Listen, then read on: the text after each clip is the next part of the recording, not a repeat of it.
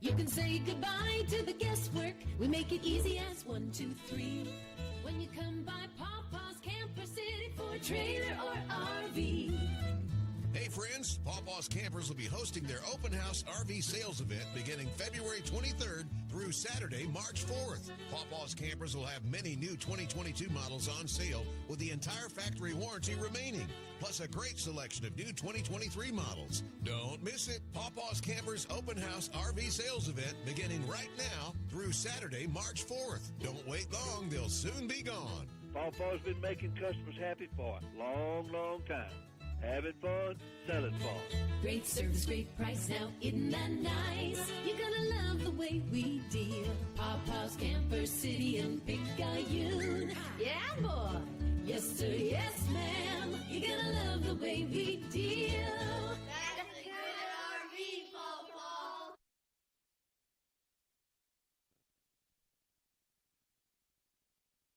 Welcome to Maroon Tide Baseball. We were a little late coming on the air tonight.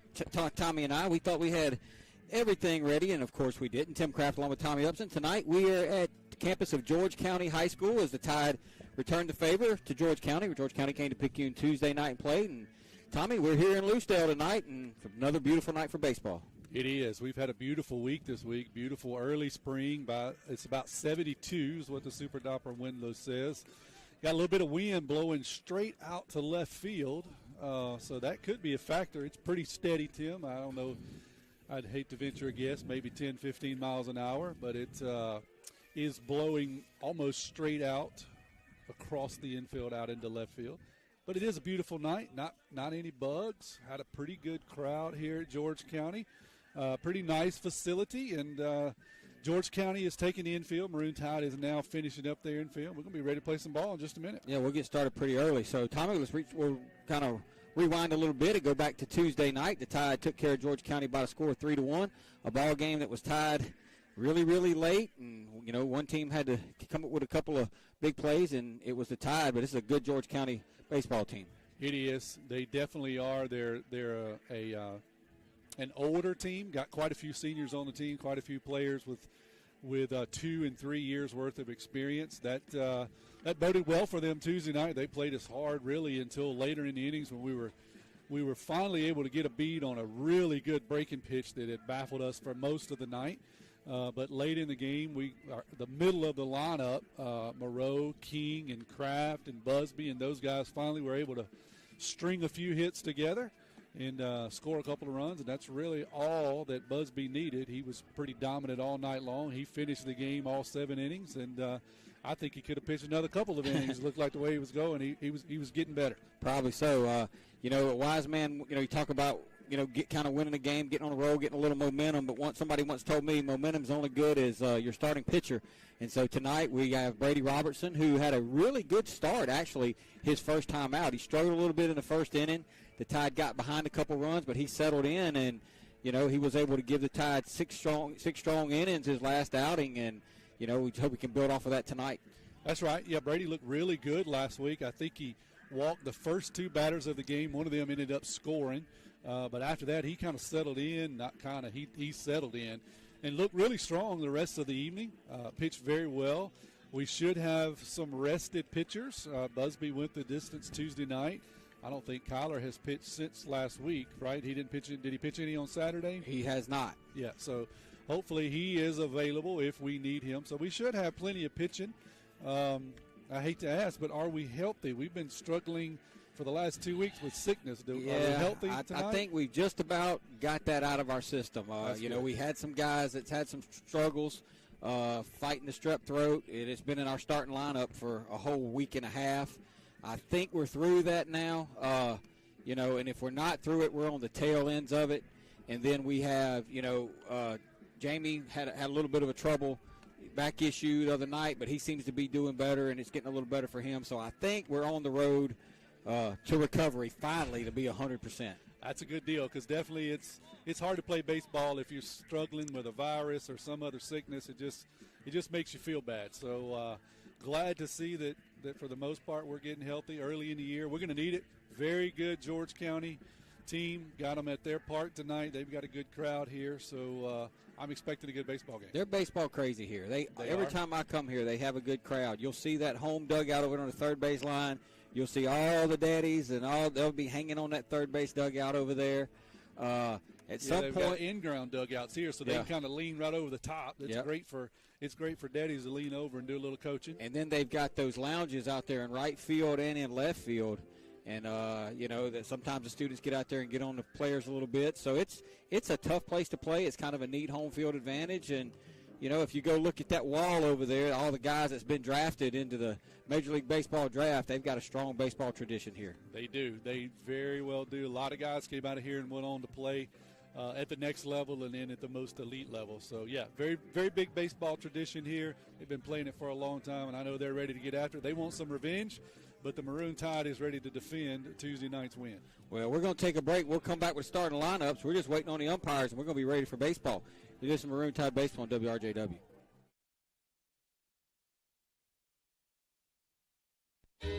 You can say goodbye to the guesswork. We make it easy as 1, 2, 3. When you come by Papa's Camper City for a trailer or RV. Hey friends, Pawpaw's Campers will be hosting their open house RV sales event beginning February 23rd through Saturday, March 4th. Pawpaw's Campers will have many new 2022 models on sale with the entire factory warranty remaining, plus a great selection of new 2023 models. Don't miss it. Pawpaw's Campers open house RV sales event beginning right now through Saturday, March 4th. Don't wait long, they'll soon be gone. Pawpaw's been making customers happy for a long, long time.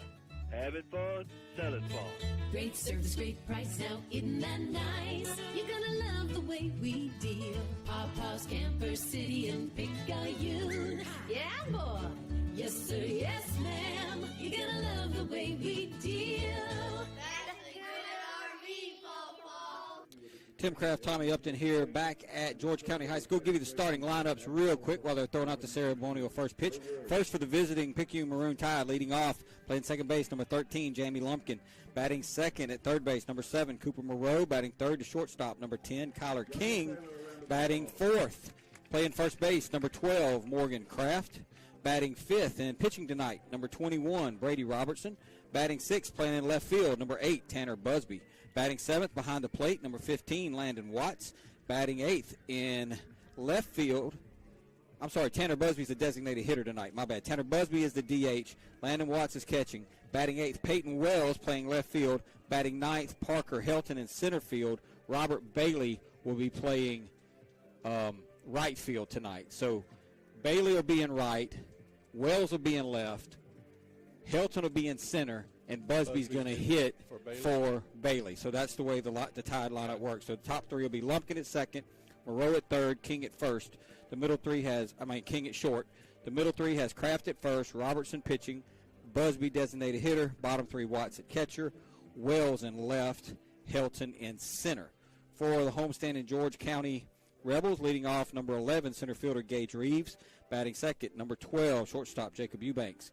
Batting third, catcher, number 19, Clay Freifogel. Batting fourth, first base, number 14, Tate Davis. Batting fifth, number 13, the pitcher tonight, Andrew Nielsen. Batting sixth and playing third base, number 17, Tanner Odom. Batting eighth, the left fielder, number 18, Brady Howell. Batting seventh, Brody Howell playing left field. Batting eighth, Alex Wade, the designated hitter. He will be hitting for Trip Lightsey, who will be playing second base, number 3. And batting ninth, Case Crawley, the right fielder. So, for George County, Reeves in center, Eubanks in short, Freifogel catcher, Tate Davis at first, Nielsen pitching, Odom at third, Howell in left, Wade the designated hitter, Crawley in right. And that's the way the two teams stack up tonight, Kevin. The wind, as you said, is blowing out. I remember we came here last year, it was blowing worse than this. Picayune hit about 2 or 3 balls out. It was a close game until about the 4th inning. George County hit a grand slam, kind of busted the game wide open. But that left field does play. It's kind of short. I don't see the number out there. It's kind of short. You get the wind behind you. You get the ball in the air here, it's going to be trouble. Yeah, definitely. I would agree. It looks short just where we're standing. Don't have any number, so it's hard for us to tell. But it looks like short porches down both right and left. Got a pretty big center field fence, so even though it's fairly short, you got to get either a high pop fly to get it over that wall out in center field. But wind blowing pretty steadily straight across left field out. So if we got a bunch of left-handers, Timmy, if we get any of those to get the ball up in the air, definitely have a chance tonight. Absolutely. All right, Tommy, well, we're going to take a little break. They're doing the starting lineups. We'll do the anthem. We'll take about 2 minutes. We'll come back. We'll be ready for baseball. You're listening to Maroon Tide Baseball.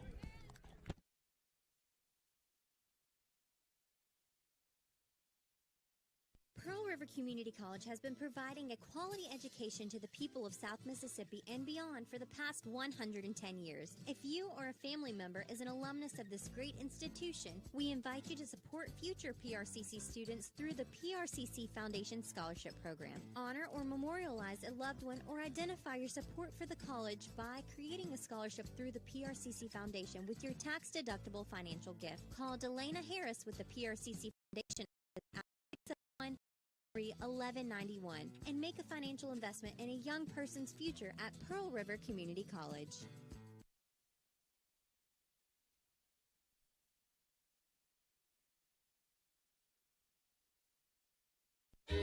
You can say goodbye to the guesswork. We make it easy as 1, 2, 3. When you come by Pawpaw's Camper City for a trailer or RV. Hey friends, Pawpaw's Campers will be hosting their open house RV sales event beginning February 23rd through Saturday, March 4th. That's a good RV, Pawpaw.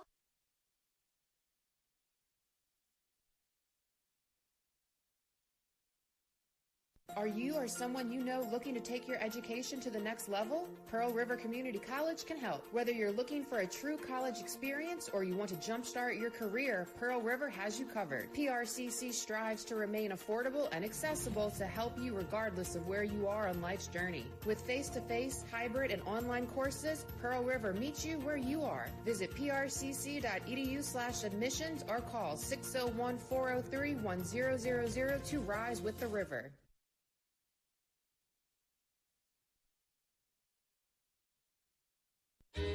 You can say goodbye to the guesswork. We make it easy as 1, 2, 3. When you come by Pawpaw's Camper City for a trailer or RV.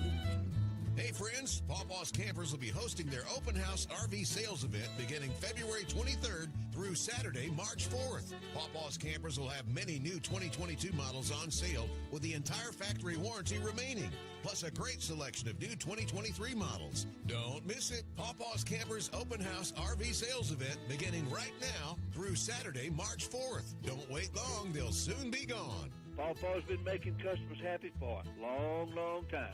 Having fun, selling fun. Great service, great price, now isn't that nice? You're gonna love the way we deal. Pawpaw's Camper City and Picayune. Yeah, boy. Yes, sir, yes, ma'am. You're gonna love the way we deal.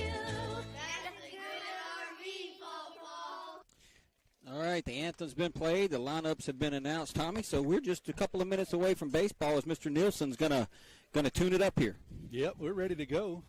Maroon Tide getting their practice swings in, and just George County pitcher now seems to start his warm-up tosses. So I think we're ready to go here. I want to let everybody know that the first pitch of every half inning brought to you by FNB Picayune, your hometown bank, hometown community spirit, hometown community pride. Remember FDIC. I got a text message, Tom, from Jessica Smith, our cheer coach, and she said about to load the bus with her girls, her cheerleaders, to head to PRCC to cheer at the basketball game, but they're listening in. Roll Tide, roll. All right, Roll Tide. For those of you who don't know, our boys basketball team is playing at Pearl River Community College tonight in the quarterfinals of the state tournament. If they win tonight, they headed to the big house in Jackson to the Final Four, Tom, playing West Jones. Tip-off is at 8:30. It'll follow right after our game. That's what I'm talking about. It'll be a whole night of the Maroon Tide rolling, I hope. I'm hoping the game before us, before theirs, hoping it runs a little late because they got 2 or 3 games there. So that'll give me something to do on the hour-and-a-half drive back to Picayune. I can listen to the game. Listen to Kevin and Kerry going to be calling that one? That'll be Kerry Messler and Kevin Hedgepeth will be on the call at 8:30 right here on WRJW. So Andrew Nielsen leading it off. Freifogel's his battery mate. The right side infield has Tate Davis at first, Lightsey at second. Left side has Eubanks at short, Odom at third, Reeves is in center, Crawley is in right, Howell is in left, Jamie Lumpkin is in the box for Picayune, and we are underway. Ready for baseball. And Nielsen's first pitch to Lumpkin's going to stay upstairs, going to be called a strike. 1 ball, no strikes. That was a breaking ball that the catcher brought down about 6 inches. He got that one framed up nicely for a first pitch. Lumpkin's going to foul that one off. No balls and 2 strikes now to Jamie. He goes quickly in the hole 0-2. Boy, Nielsen's a big old boy. He certainly is. I was looking at that. We don't have our radar set up tonight. I may get Josh to go over there and just hold it. Just a junior. Just get a couple numbers on him. He's a big kid. Here's the 0-2 from Nielsen to Lumpkin, and that's going to stay upstairs a ball. 1 ball, 2 strikes. That didn't look much higher than the one he called a strike. No, we're glad he didn't call it, though. 1 ball, 2 strikes to Lumpkin as he leads off here in the top of the first for Picayune. Swinging a ground ball up the middle, and that's going to get into center field for a base hit. So Lumpkin, much like he did the other night, got behind in the count, singles up the middle, and the Tide have a base runner. Yeah, that was a good job of hitting there. He got behind 0-2 really quickly, took a couple of balls up, and then got another breaking pitch, but that one stayed up enough that Jamie was able to drive it back up the middle.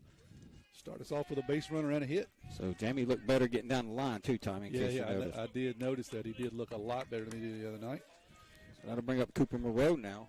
Lost in all of the heroics the other night was Moreau was down in the count, and he was able to hit a ground in the 6th inning with Lumpkin at second. He was able to hit a ground ball over to second base to get Lumpkin to third that allowed the Tide to take the lead in that inning. That's right. Yeah, it was a good job of hitting there really by him, King, and Kraft, all able to string a couple of hits together, something we weren't able to do really the whole game except for that inning, but we were able to do it.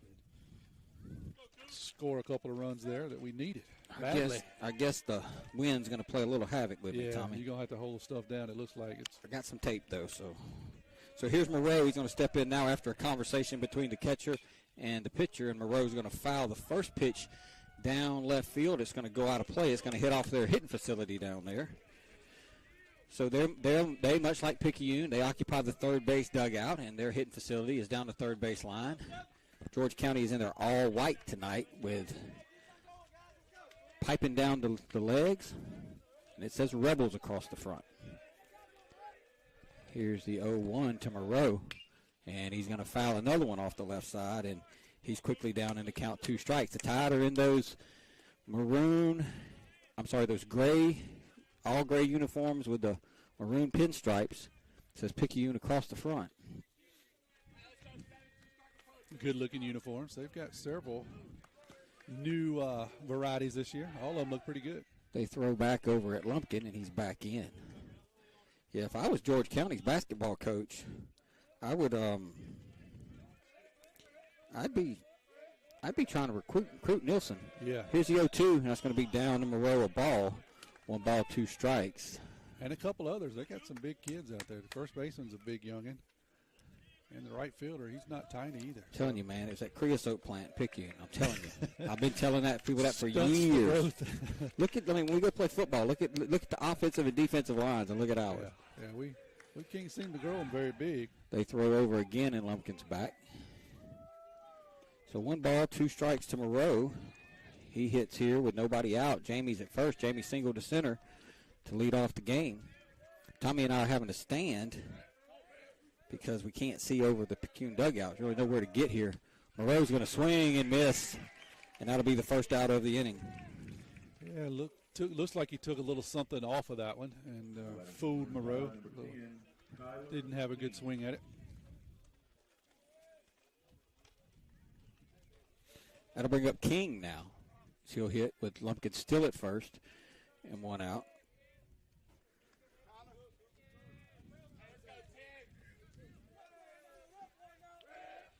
Here's the pitch. Good breaking pitch for a called strike. No balls, 1 strike. Seems to have pretty good command of that pitch early in the game. He's thrown it several times for nice strikes. Kyler scored 2 runs on Monday night. He was on base all 3 times. Intentionally walked once, walked conventionally one time and had a single. Here's the 0-1 to King, swinging a whipped ball out into right center field. That's going to get up against the wall. He's going to go to second base. Lumpkin is going to come all the way around, and there'll be a play at the plate. Nope, there'll be a bobbled ball. Lumpkin will score. That'll be an RBI double by King, Tommy. He absolutely crushed that baseball. Yeah, that fastball was up, and King just muscled it out into the right center field gap. And he'll be standing on second with a double, and he drives in Jamie all the way around from first. So it'll be RBI for King, and he'll be at second base now with one out. And that'll bring up Morgan Kraft. There'll be a conversation here at the plate. They might have had a play at the plate on Jamie, but the relay throw came in. It was bobbled by the infielder, so allowed Jamie to come in safely. Yeah, second baseman, it looked like a pretty good relay, but as he was catching and turning, he bobbled it and just juggled it a couple times, couldn't get a good handle on it. You're right. It might have been, Jamie actually might have been out had they been a good throw. So here's Kraft now with King at second. And here's the pitch. Morgan swings and hits a line drive to left field, and that's going to get down. Here comes King. He's going to come around and score, and that'll be an RBI single by Kraft as he just lines one to left field, and it's 2-0 Maroon Tide. That was another great piece of hitting, ball up. Kraft smacks it out into left field. He'll get an RBI himself.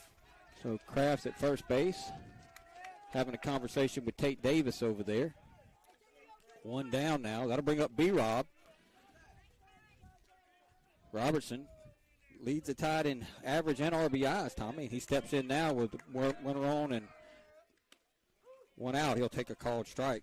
Yeah, Robertson's been hot. He's hit some balls hard, and then he's just been able to tennis swipe at some of them and place them wherever he wants them. So he's been hot here early in the season. There's a big hole. He likes to go in that 6 hole, and it's big right now. And he's going to swing and foul one off at the plate, so it'll be no balls and 2 strikes. So Lumpkin led off the evening with a single to center. Moreau struck out. King doubled to deep right center field to score Lumpkin. Kraft singled to left. King scores. And now Robertson hits with Morgan at first and one out. And there's no balls and 2 strikes to Brady.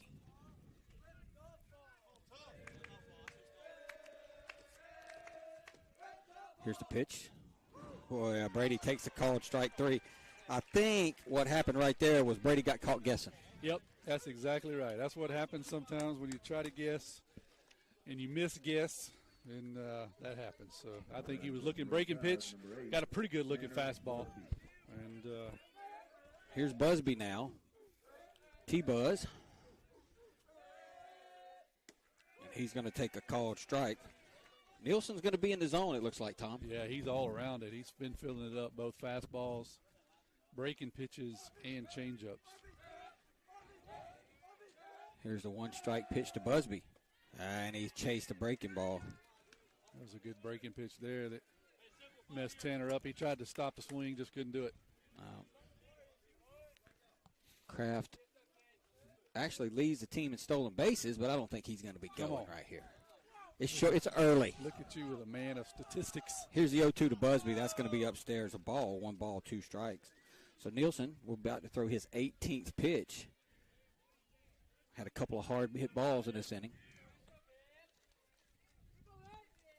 Here's the pitch to Busby. Swing and a miss. Got a fastball by, and that'll do it for the Tide. But they pick up 2 runs on 3 hits. There were no errors. We left 1. We will head to the bottom of the first inning. Picayune 2, George County nothing. Just Maroon Tide baseball.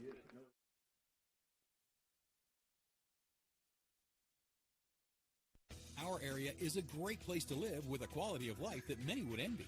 People are friendly. It's a great place to raise a family. At FNB Picayune, we serve the credit needs of this area. The money to make the loans comes from your investments with us. In turn, we reinvest your money in the local economy to send kids to college, finance new businesses to create new jobs, build new homes, and much, much more. At FNB Picayune, your money is used to support our local needs. FNB Picayune, your hometown bank, member FDIC.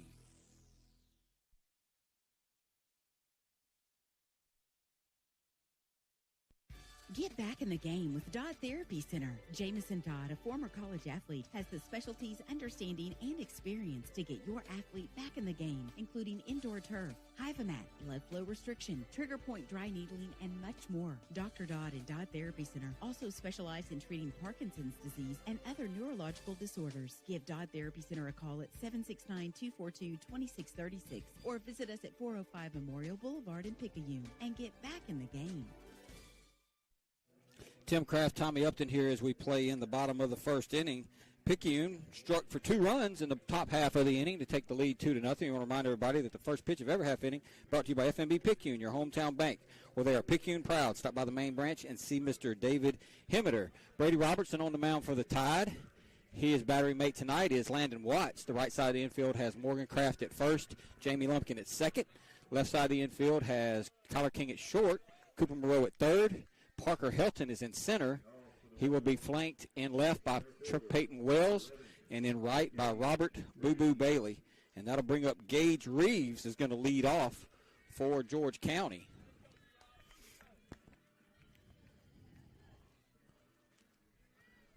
As we play here in the bottom of the first inning. Tide was able to get 2 on 3 hits. So let's see what Brady can do here. And here's the pitch, swing and a miss. No balls, 1 strike. Be robbed to Reeves.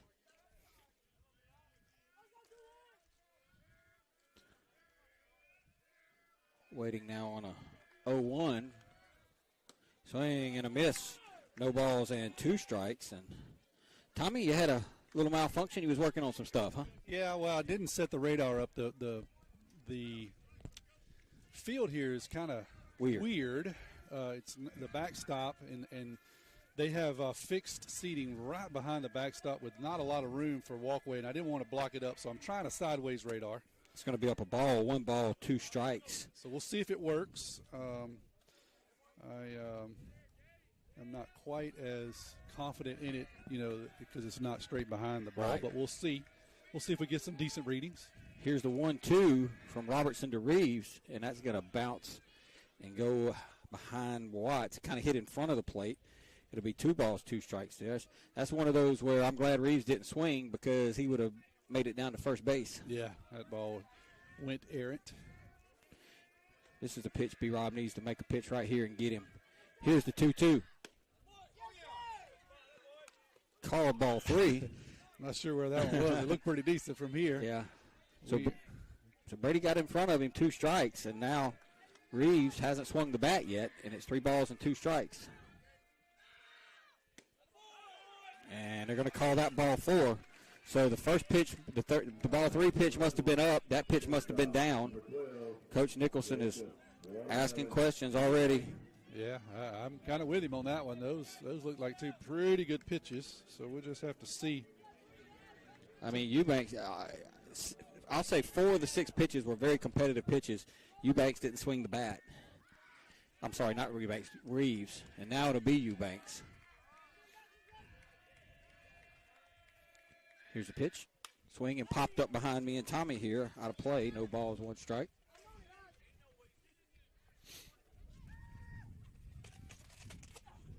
$47 people running after the foul ball. Somebody's going to get it. Yeah, there's no chance of it laying stale. Here's the 0-1 to Eubanks. Called strike 2. Popped out of the glove of Watts. Looks like Watts is having a little bit of trouble with Robertson. That's the second ball that's popped out of his mitt. Yeah, I don't know if they're getting caught up on pitches or crossed up on pitches or just not able to squeeze it up. Here's the 0-2. 1 ball, 2 strikes. Coach Nicholson's just looking and smiling a little bit. That was a pretty good-looking pitch. May have been off the plate. Yeah, we're looking at it from the first base side. We have a good view up and down, not that good left to right.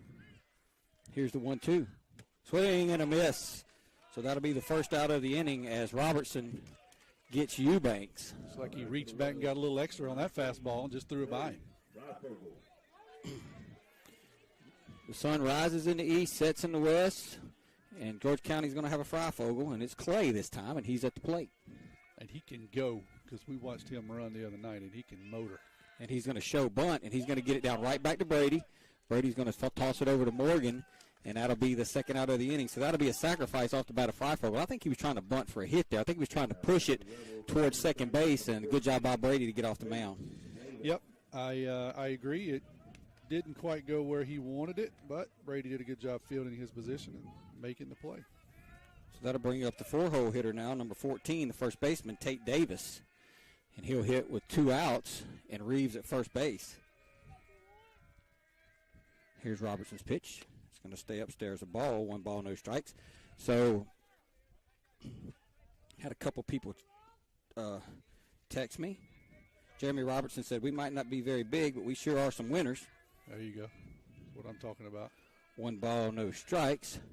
That's going to be a called strike. 1 ball, 1 strike. It was 0-1. 1 ball, 1 strike. Jacob McKinley said that creosote's what makes our kids fast. Is that what it is? Yeah. So we sacrifice size, but we get speed. All right? That's right. Here's the 1-1 now to Davis. Swing and a miss. Robertson might have took off of that. Do you think he took a little off of that, Tommy? According to the gun, and I'm not necessarily confident in my gun position right now, but it did look like it was about the same. We might have to adjust on that gun in between innings here. So the 1-2 pitch upcoming from Brady Robertson to Tate Davis with Reeves out at second base. Tide's outfielders are playing deep. Runner's going to go. Swing and pop foul out of play. It'll go off on the right side. And it'll stay 1 ball and 2 strikes.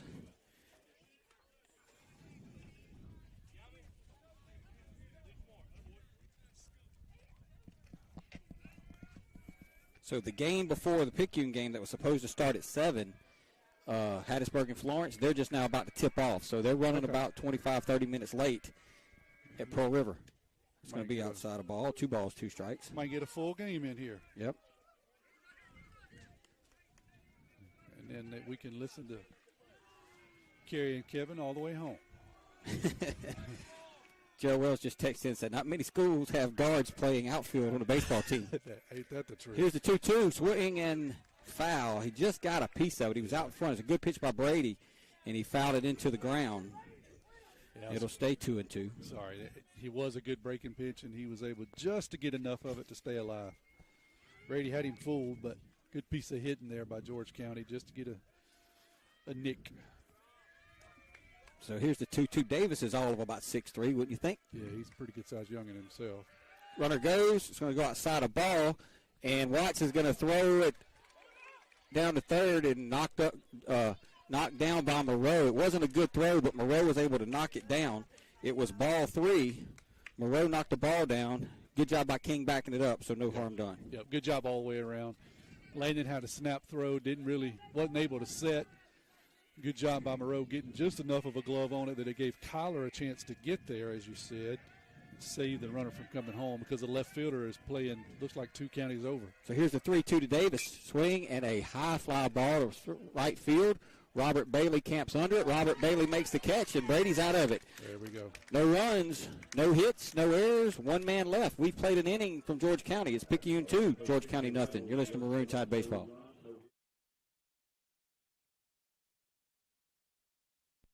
Dr. Hermaine Almonte, Chair of Surgery and Trauma Medical Director, Highland Community Hospital. Over the last 10 years, the Highland Surgery Department have grown exponentially. We have been able to add multiple services to our surgery department, which includes urology, general surgery, advanced laparoscopic surgery, ENT, as well as ophthalmology. Highland Community Hospital, here when you need us most. For more information, go to highlandch.com. Want to let everybody know that tonight's game sponsor, Picayune Maroon Tide Diamond Club game sponsor for tonight's game, and I've got to get to that portion of where everything is Carter's Diamond Jewelers. They offer on-site jewelry repair services, usually within 2 days, and guarantee all repairs for 6 months. So Carter's Diamond Jewelers, right there by Walmart. I'm not sure their exact address, but it's right there by Walmart. If you go to Walmart and you turn in, you look to your left in that little strip mall, there's Carter's Diamond Jewelers there. Chris owns the place. Chris Thompson owns Carter's Diamond Jewelers, and he is the sponsor of tonight's game. And you go there, and they offer on-site jewelry repair service. It doesn't have to be shipped off. It's done right there. Within 2 days, you get it back, and they guarantee all repairs for 6 months, Tommy. Oh, wait, I got to catch up. That's a good deal. That's right. Landon Watts is going to lead off the top of the second. First pitch of every inning brought to you by FNB Picayune, your hometown bank, the place for all your banking needs. Susan Wilson and her staff are ready to service you at their North Picayune branch on Cooper Road. So here's Nielsen's first pitch to Watts, and he's going to take a called strike. No balls, one strike, Tommy. And if you get that fastball, you got to jump on it early. Yeah, they got some good breaking pitches here in George County. Here's the 0-1. And Landon takes another called strike. That's a good pitch there, right at the knees. That's a hard pitch to do anything with. So here's the 0-2 to Watts. Swing and a miss. So 3 fastballs, and Watts is gone. Yeah, nothing fancy there. Just there it is, about thigh high. See what you can do with it. That'll bring up Wells now, and his mama texts me, and I want to let everybody know what she has to say. Uh-oh, we got to be careful. It's from Haley. Yes. Is it radio appropriate? It kind of sort of is. I'm going to try to get it out here after the first pitch to P-Dog. And here it is, swing and a miss. So Haley wants to let everybody know about the Distinguished Young Women Scholarship that's going on tomorrow night at PRCC's Brownstone Center for the Arts. Tickets are $10, and all money goes towards the scholarship. So that's Distinguished Young Woman of Pearl River County Scholarship Program tomorrow night at the Brownstone Center. Swing and a miss. 5 pitches, 5 strikes for Nielsen. All heaters. Yeah, all heaters. So Peyton's going to step out, make him wait a minute. Yeah. That's a little rhythm or something there. Yeah. It's good thinking by Peyton. He's in a groove. Here's the 0-2 to Wells, and he's going to take down a ball. 1 ball, 2 strikes. Finally shows a breaking pitch. Good job there by Peyton laying off of it. One thing Peyton, I'm sorry, I'm stepping on your toes. One thing Peyton has shown me, he's got a good knowledge of the strike zone. Yeah, he does. He has a good eye, and he's not afraid to go deep if he needs to. Here's the 1-2 from Nielsen to Wells, and the minute I say that, he drops the curveball in on him. I knew I jinxed him. Well, that's a hard pitch to watch because it starts high and it kind of falls off into the strike zone. So that's a tough pitch to judge because if you give up on it early, it's kind of falling right in there. So that's one you kind of watch all the way and not give up, which is easy for us to stand over here and say, but it's pretty hard to do in that box. I couldn't hit it. Here's Parker Helton now, the Tide's 9-hole hitter. He'll hit with nobody out and 2 on. Would love to get him on. Here's the pitch. Swing and a miss at a fastball. Coach Nicholson likes Helton in that 9 spot because he's a pretty good contact hitter. He can bunt, and he presents some speed on the bases. We used to have another one that did that down there. Yes. Swinging a high chopper. Pitcher's going to field it, throw it over to first, and it's going to be safe. Good job by Parker Helton getting down the line. It was a high chopper. Nielsen had to wait for it to come down, and by the time he did and made the throw, Helton, like we just talked about with that speed, Tommy, beats it out. Yeah, he hits on the left side, and he comes flying out of the batter's box, and the ball was just kind of beat down into the dirt. You're right, the pitcher had to just wait, and by the time he got there, Helton had beat it out. I thought that was going to be routine off the bat, but as I was looking down to change some stuff, looked up, and he had beat it out. So you got your wish. Yep, and now here's Lumpkin. A decent running opportunity here for the Tide. Here's the pitch. Jamie's going to swing and foul one right over the top of us, and Jamie said, you know what, I've watched enough of those first pitch fastballs to the 3 guys that hit in front of me. I'm going to go up there hacking. That's right. You give me something in the little box, I'm going to go for it. No balls, 1 strike. I got to say hey to Tyler. He's already texted me twice, and I hadn't spoke to him. Hey, Tyler, I got you, buddy. We got a lot going on, T-Dog. Jamie Lumpkin's going to hit a line drive, and it's going to be right at the shortstop. Man. He was just shaded over, kind of playing over there in case Parker ran. Jamie hit it right to him. Hit it hard, but that'll do it. We've played 1.5. Picayune 2, George County nothing. You listen to Maroon Tide Baseball.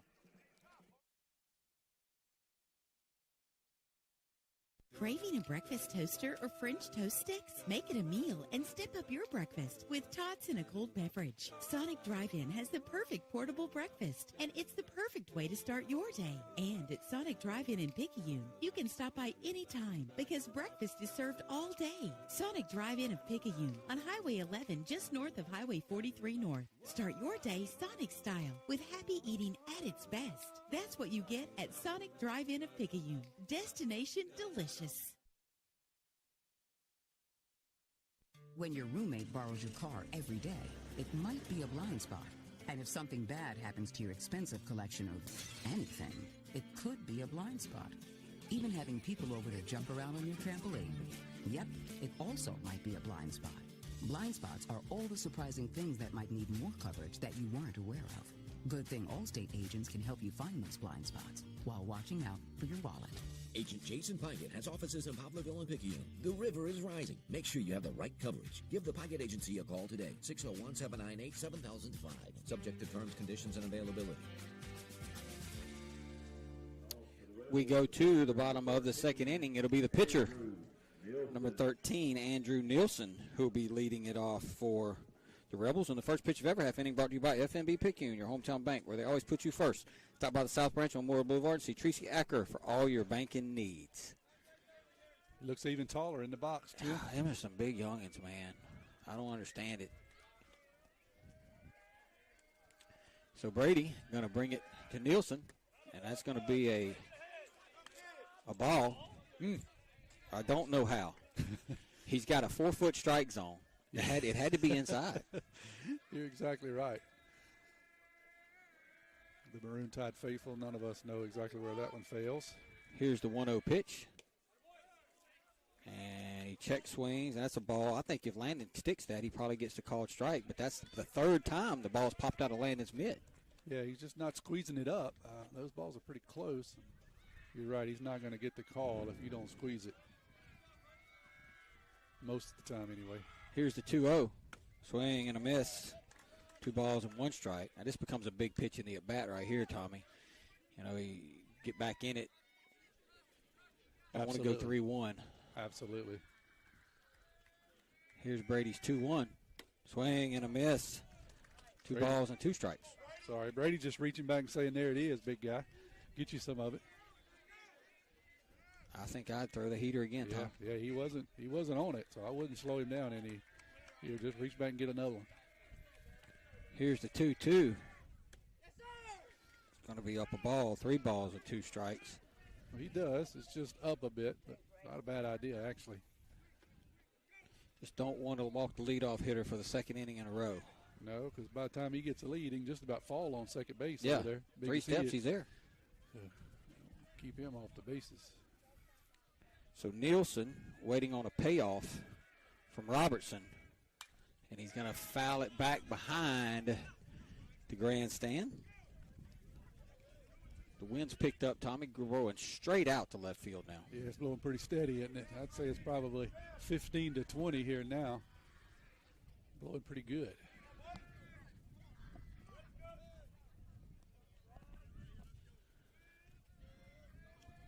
Looks like we got an errant ball out there in right field. Bailey had to come get it. I don't know if a foul ball got away from somebody or something. I know one thing. The coach for George County is a lot braver than I am. Look how close he is to home plate. He's not in the coaching box over there. He's really close. Yeah, he's coming on down there to talk to him, isn't he? Here's the 3-2 from Robertson, swinging another foul ball.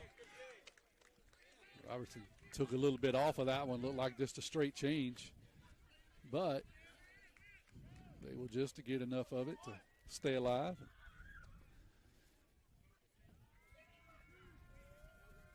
Yet another 3-2 pitch. Yep, Nielsen with a pretty good at bat right here. Here's the 3-2. And another foul. That's back into the net. So he's making Brady work. Yeah, another good fastball. Brady mixing it up. He's doing a good job of getting just enough of everything that's coming in there. Keep the pitch count rolling. Here's another payoff. Swing and a little pop-up towards shortstop. Kyler King's going to make the play, and a good job by Brady Robertson. He had to throw about 4 strikes in a row, Tommy, and he did. He struck out the side there in the first batter. Just finally got one to stay in play well enough to get it out. So that'll bring up Tanner Odom now.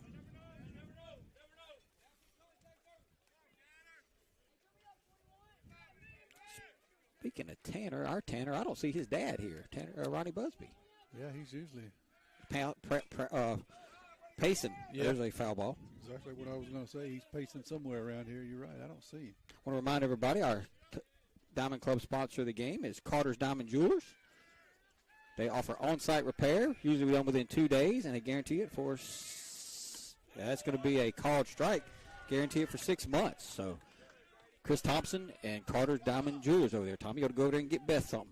I need to. I just need you to let me borrow your credit card when I head over there. No balls. Nice. Sorry, 0-2. Going to be down. That'll get through Watts. It'll be 1 ball and 2 strikes now from Robertson to Odom.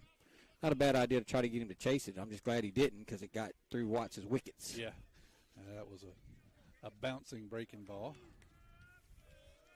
And if you're listening in, text me. I've got some texts. I just got to kind of go back and forth. And we got a lot going on here. Yeah, it's kind of been a fast-paced game here.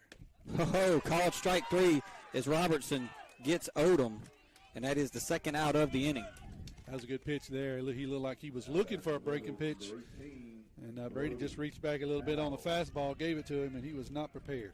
Brody Howell will step in now. He was the pitcher for Stone County Tuesday night. He texted Morgan and Tanner after the game and congratulated them, and they had a long chat, and just a good kid. Yeah. That's what I hear from a lot of people. And he's going to swing and hit a line drive right up the middle, and that'll get out into center field. Hartland will field it up, and that'll be the first hit of the game for the Rebels, and it's a 2-out single off the bat of Howell. That was just a good piece of hitting there by Brody. Hit a fastball right back up the middle for a single. So 2 down now. Runner at first. That'll bring the 8-hole hitter.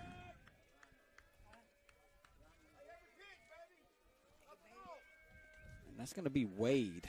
He must be DHing. I've got him somewhere. Brady's going to throw over. Not close. So the first hit Brady's allowed, Tom. Yeah, and it wasn't a bad pitch, honestly. It just, if you had to critique it, it was up just a little bit. But good piece of hitting there by Howell. He pounced on a pretty decent pitch, hit it hard. Alex Wade, the DH now. Here's the pitch. Swinging a ground ball up the middle. Kyler King's going to field it, step on second, and that'll do it for George County. No runs, 1 hit, no errors. They leave 1. We're going to the third. It's 2-0 Maroon Tide. Listen to Maroon Tide baseball.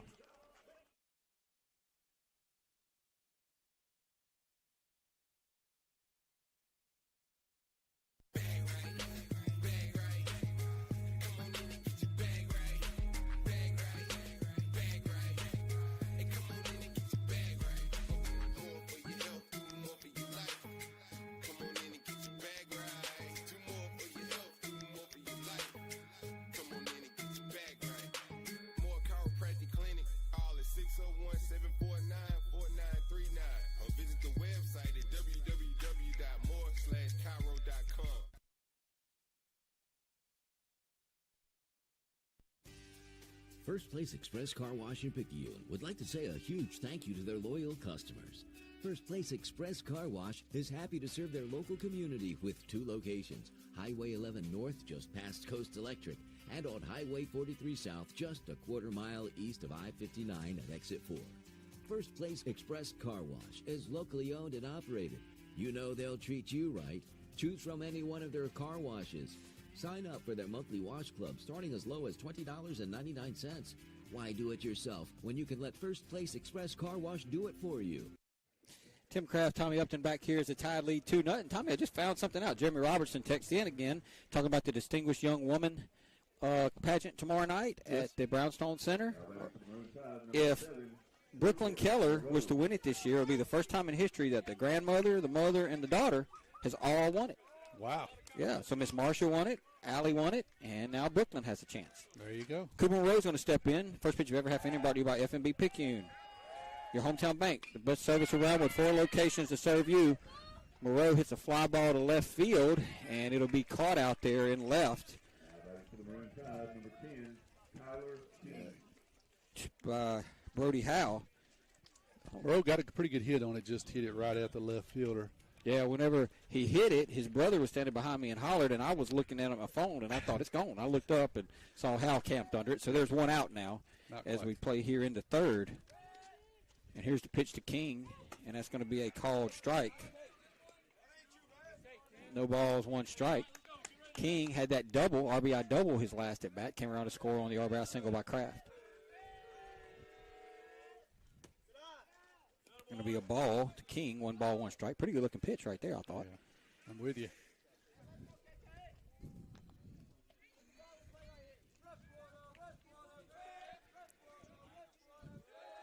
1 ball, 1 strike to King. Swinging a ground ball foul up by the Tide dugout. It'll be 1-2 now. Tide about hit them 4-1, leading the score 2-0. We play in the third. Here's the 1-2 to King. It's going to be up a ball. Let everybody know that the Maroon Tide game tonight against West Jones, originally scheduled for 8:30. It's going to be a little late, but it will be on. It'll be here on WRJW, so be listening in for that. Is the quarterfinals of the 5A state playoffs. So hang around, enjoy a little baseball before that one comes on. King's going to foul off another one, and it'll stay 2-2. Well, everybody know tomorrow, Tommy, that Maroon Tide will be back in action, the baseball team, as we will travel down Texas Flat Road and take on Coach DeWitt and the Hancock Hawks. JV at 11, varsity game at 1 o'clock. Texas, flat top, black top. Have that on the app. Here's the 2-2 to King. That's going to be upstairs a ball, 3 balls and 2 strikes.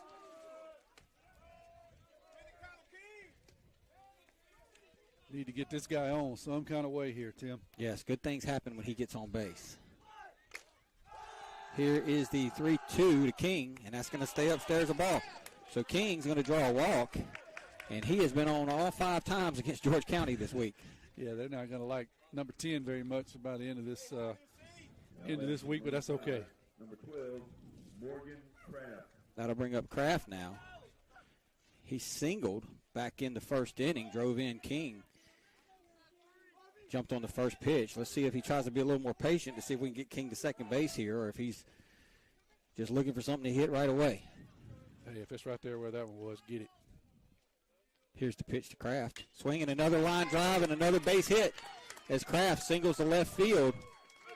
And the Tide have something working here, Tommy. That was another good piece of hitting by Kraft. He got a fastball right down Broadway. He pounced on it right in the 6 hole, deposited it out in left field, and we got a little something cooking here. Gonna bring up B-Rob now. Brady got fooled on a fastball at last at bat.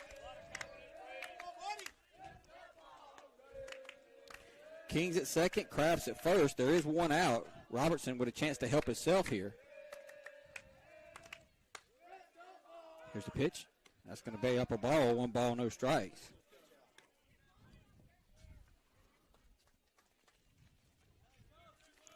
Next Tide home game, Tommy, will be Tuesday night against St. Patrick. St. Patrick will be coming to both home games next week and go Tuesday and Thursday. Yep, Tuesday and Thursday at home next week. Then we go to Forest County on Saturday. It's going to be upstairs a ball, 2 balls, no strikes. So the schedule is Hancock tomorrow at Hancock, St. Patrick home Tuesday, Gaucher home Thursday, at Forest County AHS on Saturday. So what's up with the Thursday? Why no Friday next week? Something happening? I have just happened. I don't really know. Here's the 2-0 to Robertson. That's going to stay up, 3 balls and no strikes. I thought he might give him that pitch. A lot of times 2-0 borderline pitch, they'll give it to the pitcher. That's right. But he didn't get it. And maybe it wasn't borderline. I really can't tell. Yeah, we can't tell here. Brady kind of blocking us up. Hard to see if that was in or out. Brady's going to take a called strike. 3 balls and 1 strike now. That's the one you hate to see, a 65-mile-an-hour fastball right down the middle, but you got to take it. Margaret Bourgeois is listening in from Slidell. That's Parker's Meemaw. I got you. Here's the 3-1 to Brady, and that's going to be down a ball. It'll get away, but doesn't matter as the runners will be forced up a base. So King's at third, Kraft's at second. We're going to have a courtesy runner, and it will be Justin Stockstill running for Brady Robertson over at first base. So we got a courtesy runner. Tanner Busby's going to step in now, and the Tide have a lot working. You got King at third, Tommy. You got Kraft at second. You got Stockstill at first, and only 1 out.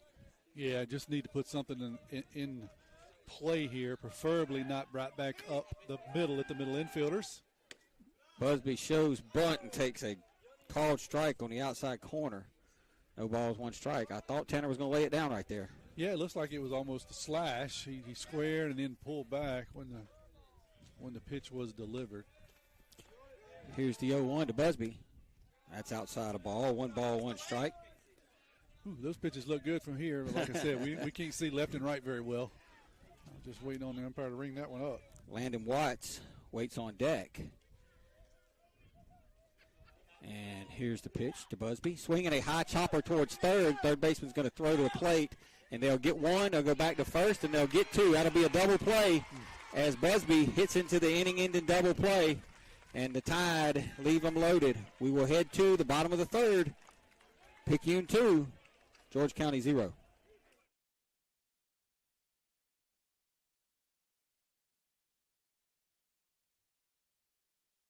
Pearl River Community College has been providing a quality education to the people of South Mississippi and beyond for the past 110 years. If you or a family member is an alumnus of this great institution, we invite you to support future PRCC students through the PRCC Foundation Scholarship Program. Honor or memorialize a loved one or identify your support for the college by creating a scholarship through the PRCC Foundation with your tax-deductible financial gift. Call Delana Harris with the PRCC Foundation office at 601-403-1191 and make a financial investment in a young person's future at Pearl River Community College.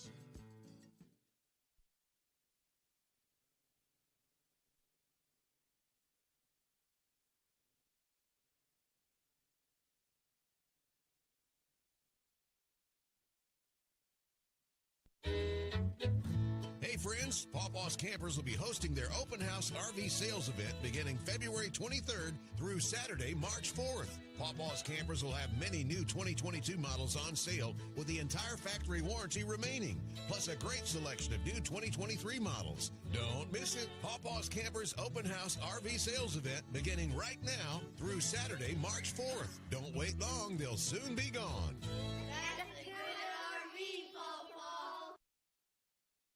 We go to the bottom of the third. First pitch of every half inning brought to you by FNB Picayune, your hometown bank. Come by the main branch and see Sheila Cooper or Linda Penton. Hometown community spirit, hometown community pride.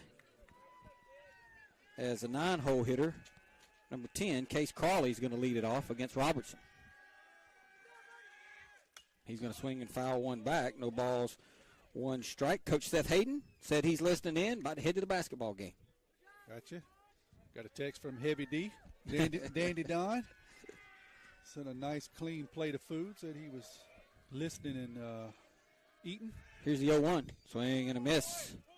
No balls and 2 strikes now. Oh, and I'm going to be in trouble. I didn't tell my dad happy birthday. He was listening there with Tyler. Happy birthday, Daddy.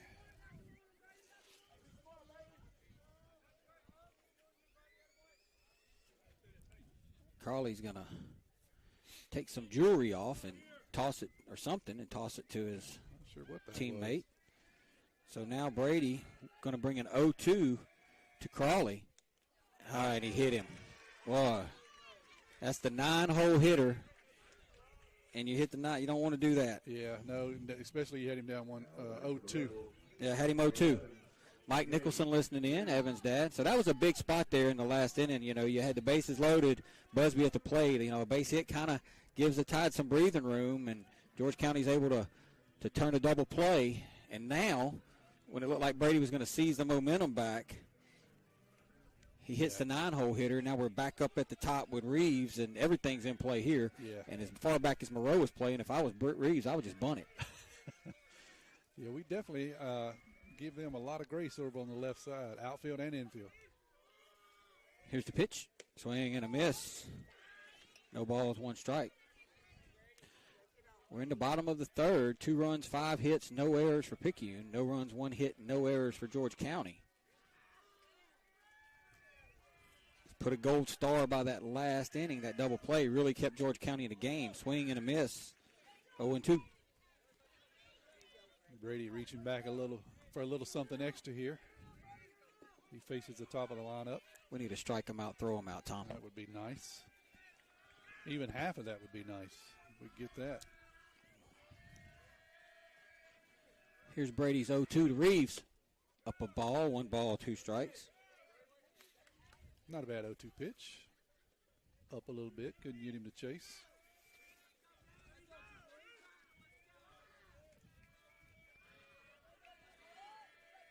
One ball, 2 strikes to Reeves. Swinging fouled straight back. it'll hold 1 and 2. I think the formula here tonight, Tommy, would, if you could make it work, get 6 out of Brady and 1 out of King would be the formula. But Brady is already at 41 pitches here. We're only in the third, so got to be a little more economical here in the third, hopefully. Here's a pitch. It's a ball, 2 balls, 2 strikes. I think Watts needs to put that glove under his mattress, Tommy. Yeah, I don't know if it's a new one or what, but he's having trouble squeezing them up. 2 balls, 2 strikes. Here's Robertson's pitch. Swinging a line drive, and that is going to get down. And good job by Parker Helton to keep it in front. And that'll be a double, though, off the bat of Reeves. And that sets George County up in business, Tom. Yeah, that was a good piece of hitting there. The pitch wasn't that bad, but he hits the ball pretty hard out into left field. You said Helton did a good job, and he did. Was able to get all the way into the power alley, keep that ball in front. Had he not, it definitely one would have scored and probably would have had a triple. But end result is runners on second and third with nobody out. And that's where the hit batsman really hurts you. Yep. You know, I mean, you Absolutely. had him down in the count 0-2. You had Reeves down 0-2, and they both end up getting on. And now you got second and third, and, you know, Coach Nicholson's having a meeting at the mound with his infield, and Brady's just going to have to figure out a way to pitch out of this one, Tom. Yeah, it's kind of backed itself into a hole here. Got the heart of the order up, 2, 3, 4. Nobody out, 2 guys on. Yeah, Brady's throwing strikes. I mean, he's all around the plate. I mean, that's really the first ball I would say that's, you know, Brody hit one pretty good, but that's the hardest hit ball off of him. Yeah, you're right. Those are the 2 hardest hit balls, Howes and that one right there.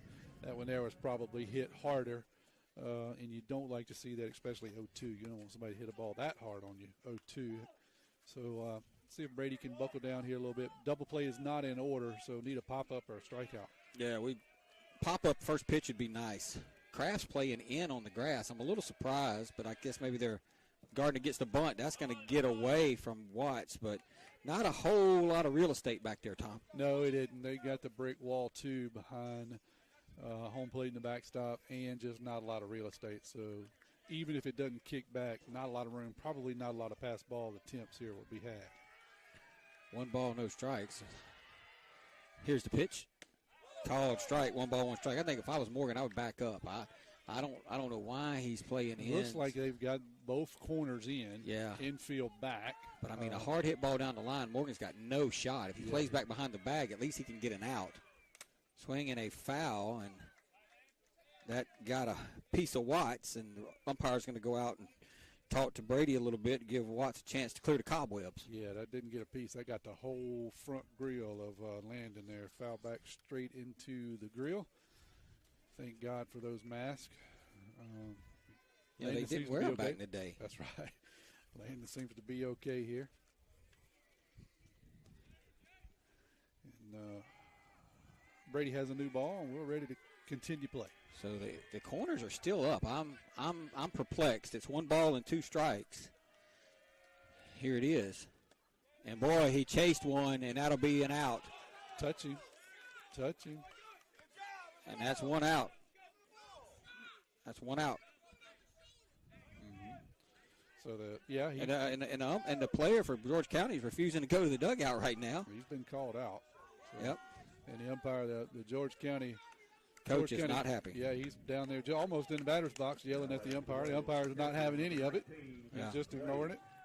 But the end result is we got an out, Timmy, so we'll take the strikeout. Yeah, I don't know if he went or not, but the umpire said he went. He went. Yeah, it doesn't matter what we think. He didn't look over at us and ask our opinion. He called it. So. Here's the pitch to Freifogel, swing and a miss. The problem with that, Tommy, is they're going to get the next one. Yeah, you're right. You're right. The way it always works. If it's borderline, it might go that way, but I happen to agree with the umpire there. I never saw him pull back. It's going to be outside the ball, 1 ball, 1 strike. I might be a little biased. I don't know. I just wish Morgan would back up. Still got the corners in for Maroon Tide. He's in. So he's in on the grass. Got to play defensive here. And Brady's going to step off. Runners on second and third. There's 1 out. Donnie Keller's listening in. He had texted me. I had some other people as well I got to catch up with. Here's a 1-1, and it's going to be down a ball. 2 balls, 1 strike. I'm not sure that was what Landon was looking for, the way he caught that. Yeah, you talking about the Kellers earlier. I was going to say that's the only downfall of poor Brooklyn is their daddy. Yep, she don't win. We know why. Yeah, definitely not from her mama. Here's the 2-1. That's going to be down a ball. So now Robertson's behind Freifogel. 3 balls, 1 strike. First base is open. Tate Davis, all 6'9" of him, is on deck. I think you're saying you'd be careful here. Is that what you'd do with this 3-1 pitch? I really don't know what I'd do, Tommy. I would do that, swing and a miss. 3 balls and 2 strikes now. Brady says, I'm not scared of him. Here's a fastball up in your eyes. Go for it. 3 balls, 2 strikes. Now you got a payoff pitch here, 3-2. To Freifogel. And here it comes. It's going to be down a ball. And bases will be loaded. Just try to overthrow that one, Tom. I think so. I think he tried to reach back and get a little bit extra and overthrew it a bit low. That's going to load them up. But the good news is the double play is now in order with 1 out. Yeah, we hit into 1, so it's their turn. Yeah, let's see what we can do here. Tate Davis steps in now. The bases full of Rebels. 1 out. We play here in the bottom of the 3rd, tied on top 2-0. Swing and a miss. No balls, 1 strike. That was a nasty breaking pitch there by Brady. Start that at bat off. You got to start looking at that runner at 3rd. He's probably going to try to be a little more aggressive on the pass ball here, Tom. He's kind of been holding off. I would agree with you. Swinging a ground ball towards short. King's going to flip it to Lumpkin. Lumpkin's going to fire it over to Kraft, and Kraft's going to scoop it out of the dirt. What a heck of a play by Morgan Kraft right there to complete the double play. And the Tide says, anything you can do, I can do better. We'll go to the 4th, Tommy. 2-0 Maroon Tide.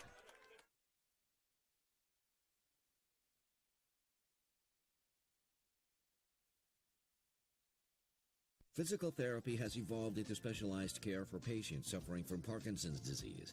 Dr. Jamison Dodd with Dodd Therapy Center in Picayune is LSVT Big certified for treatment of Parkinson's disease.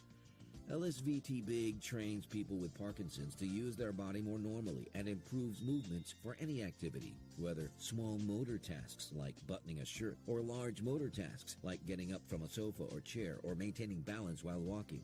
Give Dodd Therapy Center a call today at 769-242-2636 or stop by at 405 Memorial Boulevard in Picayune. Haley Hayes, Regional Director of Pharmacy Services, Highland Community Hospital. The flu is a potentially serious disease that can lead to hospitalizations and even death. The best way to protect yourself from the flu is by getting your flu vaccine. Flu vaccines are recommended for everyone ages 6 months and older, and you can get one at your doctor's office and at many local retail pharmacies. Highland Community Hospital, here when you need us most. We go to the 4th, Tommy, and that was a big double play by the Tide right there, and a heck of a pick at first base by Kraft because that ball was in the dirt, and he had to short hop it. If it gets by him, 2-run score. Yeah, that was huge. That's exactly what we called, what we needed. We called for an out to start that little foray there with 2nd and 3rd. We got that, and then we asked for a double play, and we got that. So just keep asking here. Landon Watts will step in. The first pitch of every half inning brought to you by FNB Picayune, your hometown bank. Come by the main bank, see one of our friendly loan officers, Keith Robertson, Judy Lowry, Audrey Spears, David Levy, Christina Ladner, or Amy Kirkland. And Watts hits one deep into center field. That ball is off the wall as Watts hit that ball as far as you can hit it in this building, Tommy. Well, he hit that ball as far as you can hit it this field without hitting it out. That's exactly right. We talked about it in the pregame, a huge wall out there in center field. And it's got, I don't know, probably 25, maybe a little bit taller on the fence. And Watts hit almost at the top of it. If he pulls that ball at all, it's out of here. That's right. Yeah, it slopes down pretty dramatically out there in left field, or left center field. Watts hits it almost off the scoreboard. Be a courtesy runner for Watts now. It'll be number 16, Ian Herring. So Herring will run for Watts. Coach Nicholson's giving him some instructions as Peyton Wells steps in now. And, probably a good spot to lay one down, Tom. I would think so here. Nobody out. Got a pinch runner on second. They're really not even holding him, so he needs to get on off. noticed that they haven't held anyone at second base tonight. Pitcher's going to step off.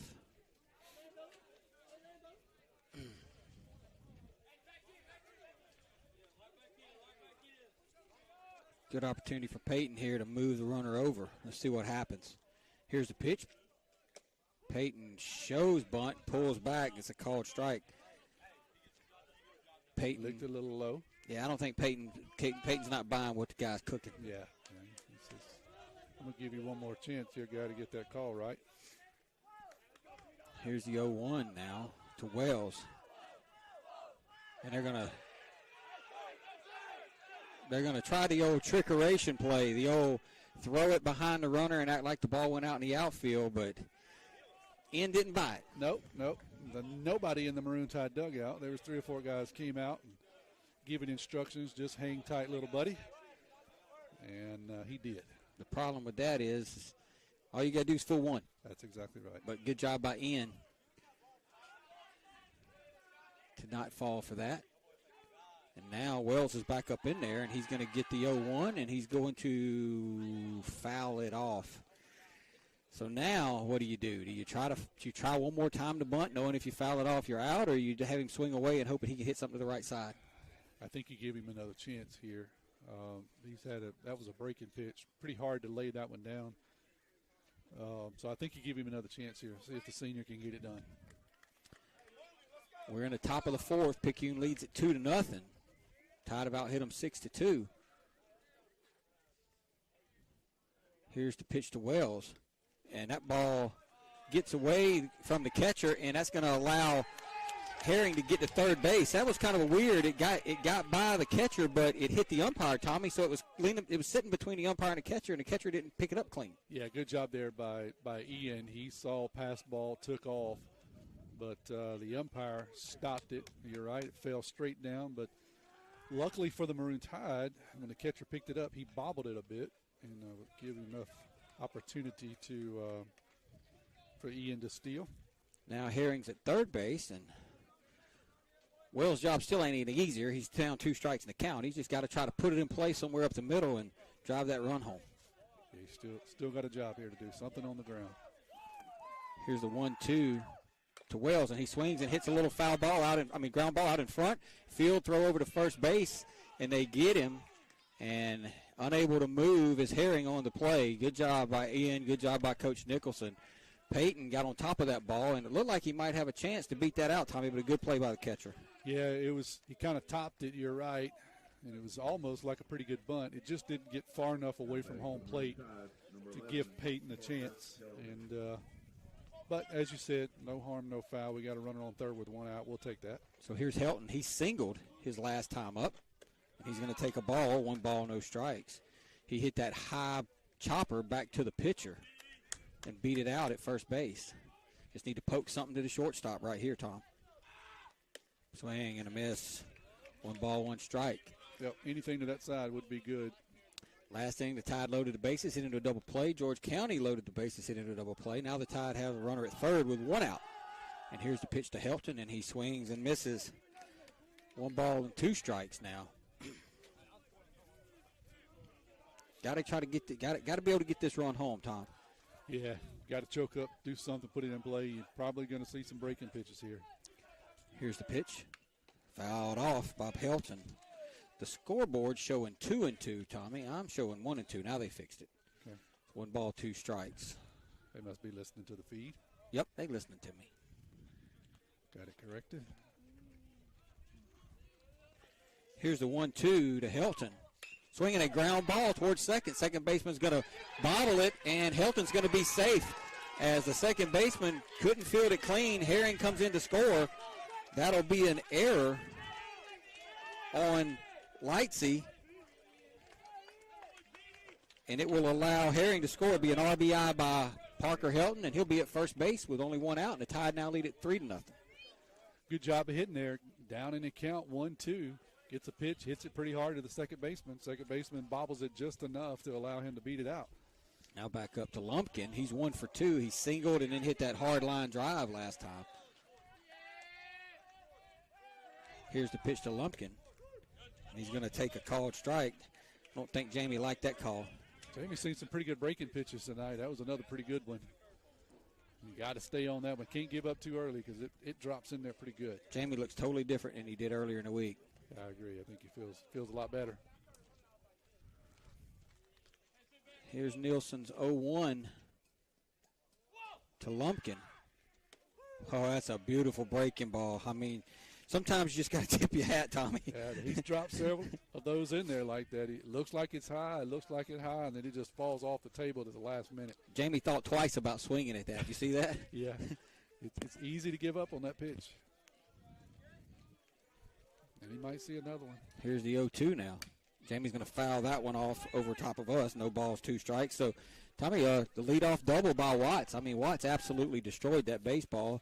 And, you know, Run was able to come around and score. It's a good job by Watts to set the table. Yeah, that sets up the whole inning. Getting that leadoff runner on is huge. No balls, 2 strikes, 1 out to Lumpkin. That's going to be upstairs a ball. They're going to throw behind Helton over there. We can't see it, but I think he was safe. He was safe. 1 ball and 2 strikes still. We got a wall of Maroon Tiders between us and first base. When they laid this field out, they didn't want anybody sitting here. That's right. Here's the 1-2 to Lumpkin. Swinging a ground ball back up the middle. Shortstop's going to step on the bag, throw over, and that'll be a double play as Lumpkin hit it right to the bag. And shortstop just stepped on the bag and throw over. That's the second double play the Tides hit into in as many innings, but they do pick up a run. They do it on 1 hit. There was an error. We will go to the bottom of the 4th. Picayune 3, George County nothing.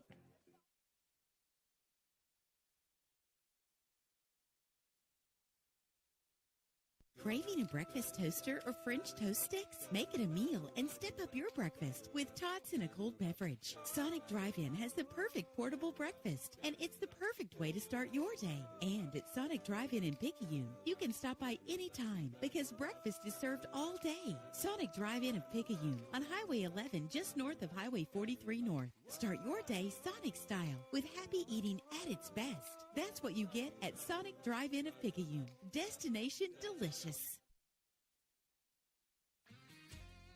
When it comes to protecting what you love, you want an insurance agent that cares more about your world, more about what you need.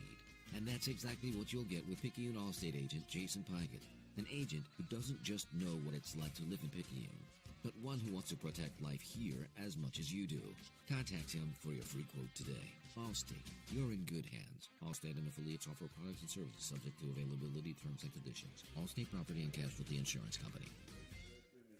We head to the bottom of the 4th, Tommy, and the Tide lead this one 3-0. And Brady's back on the mound. He's thrown 55 pitches through 3, so probably on pace to maybe go 5 tonight if you know things play out.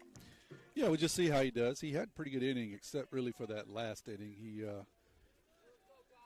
The inning before too, I guess he kind of had a few high pitch count, but he's been able to get the help of his defense. Got a couple of nice defensive plays to end the last inning. Here's Nielsen now. He'll lead it off against Robertson. That's going to be down a ball. The first pitch of every half inning brought to you by FNB Picayune, your hometown bank, hometown community spirit, hometown community pride, member FDIC. If you're tuning in and you're wondering about the basketball game that's supposed to start at 8:30, it's going to be a little late tonight. They had 4 games today. That's going to be a called strike, 1 ball, 1 strike. They had 4 games today being played at Pearl River Community College, Tommy, so they're running a little bit behind. And it's fine with us. Yes. 1 ball, 1 strike. Robertson going to bring it to his counterpart, Nielsen. That's going to be down a ball, 2 balls and 1 strike. Want to remind everybody that tonight's Diamond Club sponsor of the game is Carter's Jewelers.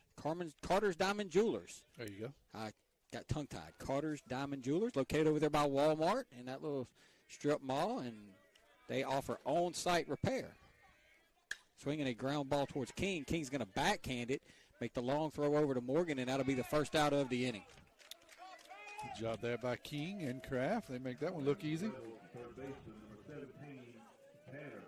Tanner Odom will step in now.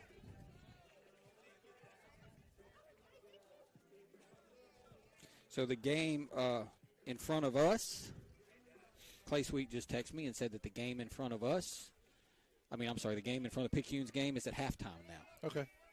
So probably another 30, 40 minutes. At least, before that one's over, and then probably 10 minutes, 15 minutes in between games. Called strike to Odom. No balls, one strike. Brady keeps working hard here. We might be able to sneak this whole one in. George County coach going to have a conversation with his batter. He wasn't very happy. Yeah, this is one of those where you're saying, can you believe what that was? You know what I think? Yeah. Oh, he's on the kid. He's on the kid. Okay, I thought that was one of those where you come down and you tell the kid how bad the umpire is, but I think you're right. I think he didn't like whatever happened with that at bat. I missed it. Either he missed a sign or he's telling his guys, you got to quit taking these first pitches. One of the two. Yeah, whatever it was, he didn't like it. Swing and a miss. No balls and 2 strikes. So Brady's up going to count 2 strikes on Odom. Boy, it'd be nice to get another quick out right here, Tommy. Yes, it would. See if we can get him on this pitch right here. Here's the 0-2 from Brady. Landon, another one pops out of his glove. I don't know what's going on with that glove. I'm going to talk to Coach Nicholson after the game, but yeah, he needs to sit on it all the way home. Yeah, we're going to take up a fund or something. Go have a GoFundMe, and we're going to get a new mitt for Porter. A little break in oil and sit on it. I think it'll be fine. 1 ball, 2 strikes from Robertson to Odom. That's going to be down a ball. 2 balls, 2 strikes. Don't want to lose this guy, so you got to need to really get him right here. I always feel like 2-2's the pitch to throw your best pitch, Tom. I agree, and you kind of had him rattled. The coach got on him pretty good after that first pitch, so you got him exactly where you want him. Just bear down right here and go get him. Here's the 2-2. Swing and a miss, and that'll be the second out of the inning. And Brady does just that with a beautiful breaking pitch. Number 18, Brody Howell. That'll bring up Brody Howell now, and as we've talked about him before, Tommy, and you know, I try to highlight some of these kids that I know for other teams. I'm sure they're all good kids, but I know Brody, and you'll be able to watch him play next year at Colin when he comes and plays Porter Community College. He smoked one his last time up. Swing and a miss.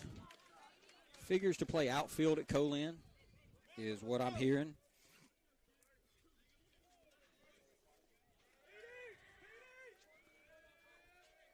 Here's the 0-1 to Howell. Swing and a miss. No balls and 2 strikes. 2 good pitches there by Brady.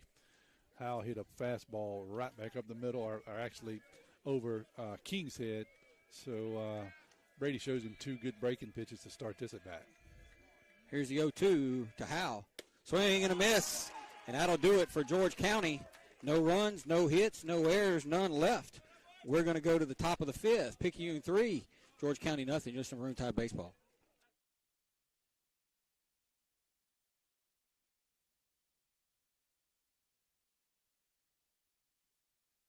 We got your back, hey.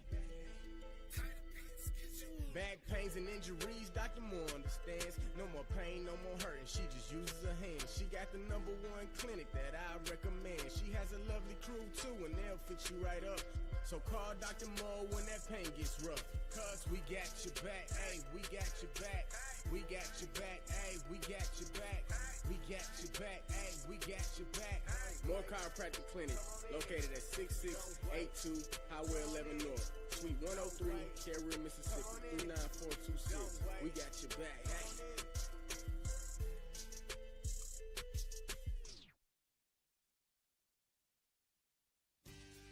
First Place Express Car Wash in Picayune would like to say a huge thank you to their loyal customers. First Place Express Car Wash is happy to serve their local community with 2 locations, Highway 11 North just past Coast Electric, and on Highway 43 South just a quarter mile east of I-59 at Exit 4. First Place Express Car Wash is locally owned and operated. You know they'll treat you right. Choose from any one of their car washes. Sign up for their monthly wash club starting as low as $20.99. Why do it yourself when you can let First Place Express Car Wash do it for you? Cooper Moreau going to lead off here in the top of the 5th for Picayune. He's going to take a ball upstairs, 1 ball, no strikes. And the first pitch of every half inning brought to you by FNB Picayune, your hometown bank. Place for all your banking needs. Susan Wilson and her staff are ready to service you at their North Picayune branch on Cooper Road. Moreau 0 for 2 as he steps in now. Swing and a miss. 1 ball, 1 strike.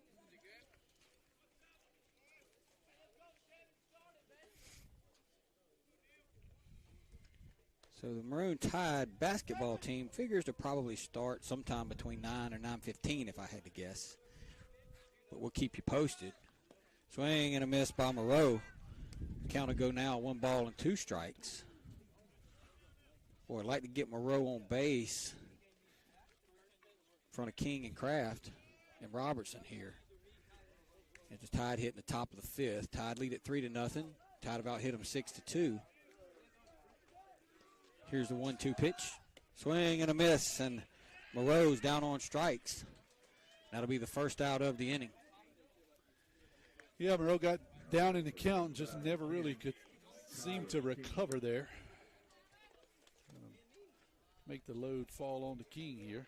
1 down now, and that'll bring up Kyler. He doubled back in the first inning, drove into Tide's first run, scored the side's second run, and he walked his last at bat. Here's the pitch. And there's a called strike. No balls, 1 strike. The wind's really picked up here, Tommy. Yeah, it's blowing pretty good.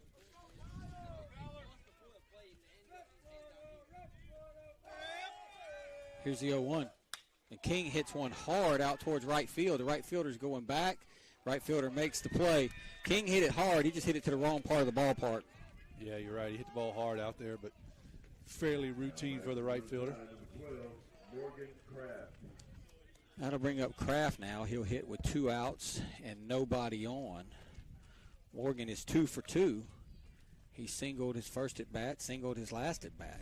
So he'll hit now with nobody on the bases. Tide lead at 3-0. We're playing in the top of the 5th inning.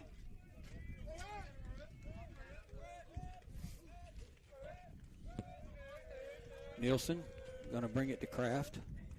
That's going to be outside a ball. 1 ball, no strikes.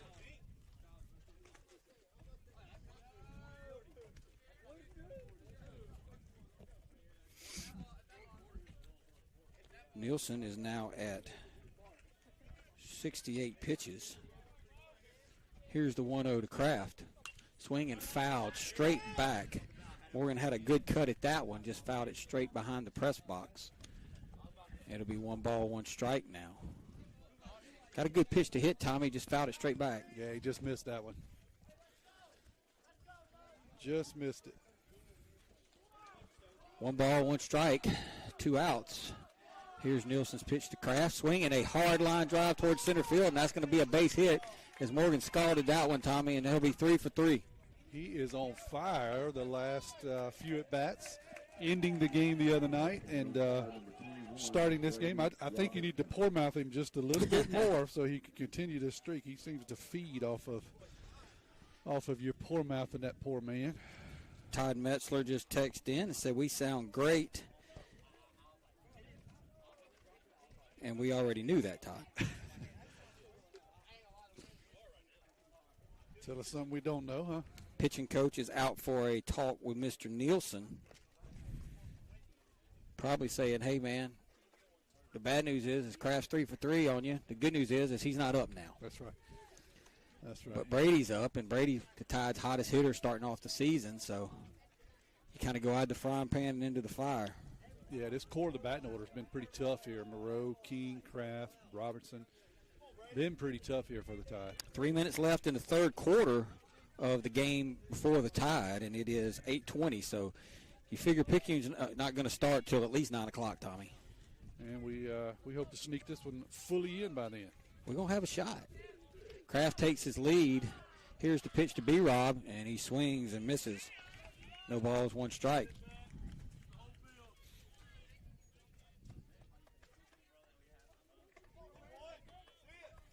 Morgan having a conversation with Davis over there. They're laughing about something.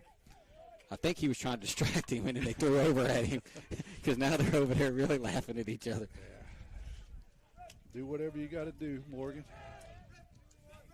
No balls, 1 strike to B-Rob. Here's the pitch. Called, strike 2. So no balls and 2 strikes, and Brady's not happy with that. I don't know if Brady's not happy with the call, Tommy, or if he's not happy that he didn't pull the trigger. I don't think he liked the call very well. It was borderline low, but close enough that the pitcher side of Brady can appreciate that. The batter side don't like it. Swing and a miss. And that'll do it for the Tide. No runs, 1 hit, and no errors. We'll leave 1. We'll go to the bottom of the 5th inning. Picayune 3, George County nothing. You're listening to Maroon Tide Baseball.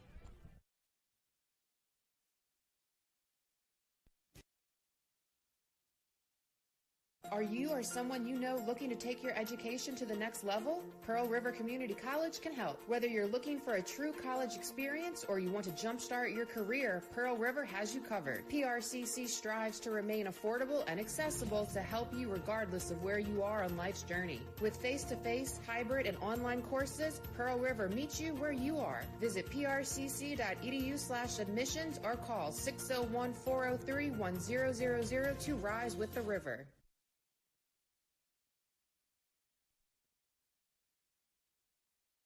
Our area is a great place to live with a quality of life that many would envy. People are friendly. It's a great place to raise a family. At FNB Picayune, we serve the credit needs of this area. The money to make the loans comes from your investments with us. In turn, we reinvest your money in the local economy to send kids to college, finance new businesses to create new jobs, build new homes, and much, much more. At FNB Picayune, your money is used to support our local needs. FNB Picayune, your hometown bank, member FDIC.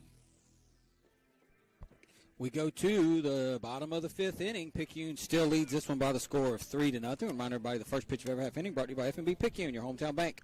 Place for all your banking needs. Stop by the main South Branch on Memorial Boulevard and see Miss Tracy Acker.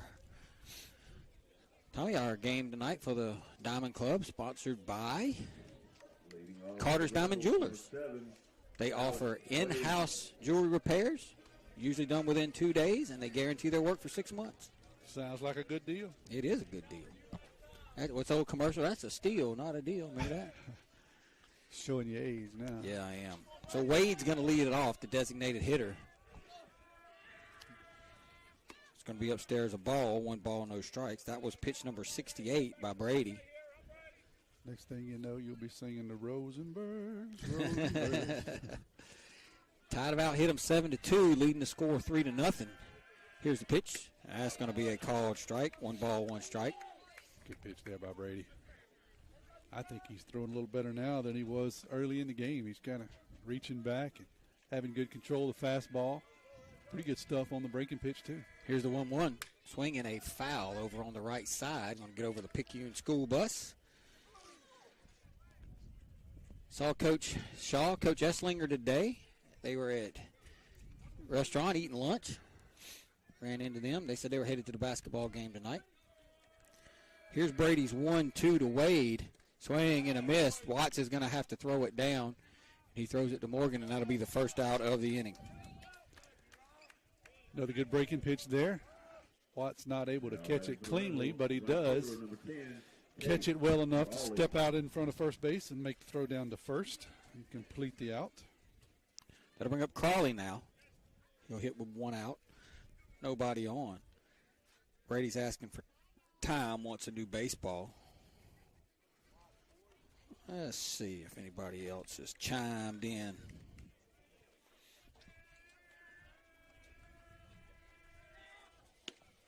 There's a ball outside.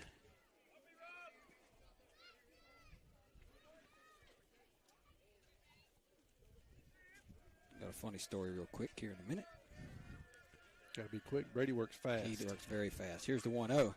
Swinging a foul back. So, Jeremy Robertson's listening, and Ian got in a minute ago, Ian Harry, and ran.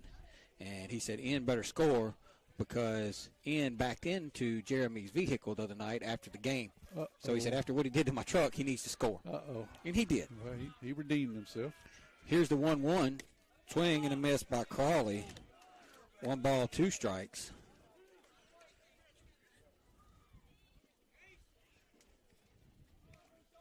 Yeah, you got to back into somebody a little smaller than Mr. Robertson if you're going to do that. That's going to be outside a ball. 2 balls and 2 strikes.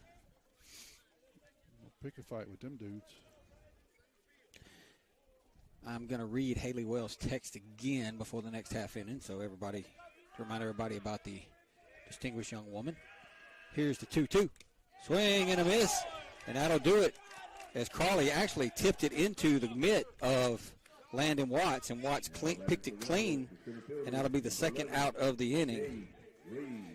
Jarrett Justin Heron said that run is worth $200 off the bill.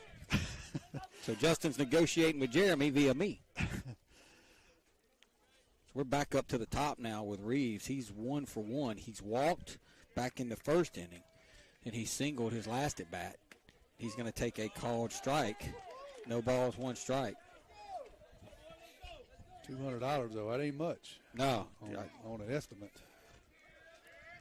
They don't bag it in the garage for $200. Swing and a miss. No balls and 2 strikes now. 2 nice breaking pitches there. You got everything at your disposal here, 0-2. 76 pitches for Brady now. Here is the 0-2. And there's a line drive, and that's going to be trouble. In fact, Boo Boo's going to come over. He's going to field it. Boy, good job by Robert Bailey. And that's just too good of an 0-2 pitch by Brady, and him and Coach Nicholson are having a word right now. Yeah. Coach Nicholson had 2 good breaking pitches, went back with the fastball, but I know he didn't call for the fastball right down the middle, which is where Brady left it. Got to get that one off the plate a little bit. You got to figure at this point, this is probably, if Brady can get an out here, that'll probably be it for him. I could be wrong. He's at 70. I can't see. Looks like 79 pitches. Okay. Yeah, he's probably right there. I would agree with you. We need to get out of here with no runs, so that would be huge. So here's Eubanks now. And he's going to hit a line drive out towards right field, but right at Robert Bailey. Bailey makes the catch. No damage done as Brady Robertson gets out of it. No runs, 1 hit, no errors, 1 left. We're going to go to the 6th, tied on top, 3-0.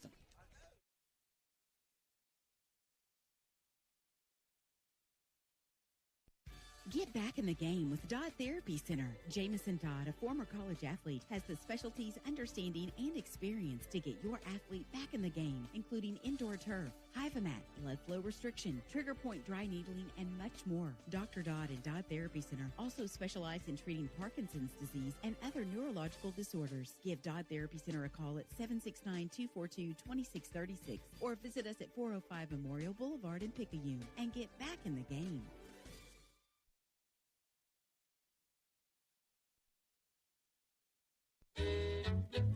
Hey friends, Pawpaw's Campers will be hosting their open house RV sales event beginning February 23rd through Saturday, March 4th. Pawpaw's Campers will have many new 2022 models on sale with the entire factory warranty remaining, plus a great selection of new 2023 models. Don't miss it. Pawpaw's Campers open house RV sales event beginning right now through Saturday, March 4th. Don't wait long, they'll soon be gone. Tommy, they got some deals over there at Pawpaw's. They got that open house going on, and I saw that they had a camper over there, $145,000 camper, marked down to $86,000. I was thinking you could go over there and buy it for us. Wow, that's a good deal right there. We'll go at halvesies on it. All right. You cover the first 7 years, I'll cover the second 7 years. Tanner Busby's going to lead it off now. Tanner is 0 for 2. Landon Watts waits on deck. Tide looking for a little bit of insurance. And Kyler King, that's going to be a called strike to Busby, and Busby don't believe it. Busby don't believe it at all. Nobody in this dugout over here likes it. So Kyler King's headed down to the bullpen, so I think the night is over for Brady, Tom. Yeah, I heard Coach Evan call him when they broke. Called strike 2 to Busby, and he's down in the count quickly, 2 strikes. Here's the pitch, and Busby's going to hit a little pop-up out towards shortstop, and that ball is going to be caught out there by Eubanks for the first out of the inning. Evan needs to go. Evan just needs to get Watts over there and talk to him just to give Kyler a little chance to throw because he just got down there. So here's Watts. He hit that ball off the wall for a double back in the 4th inning. That came around to score the Tide's 3rd run. Ian Herring did running for him. That's down a ball. 2 balls in those strikes.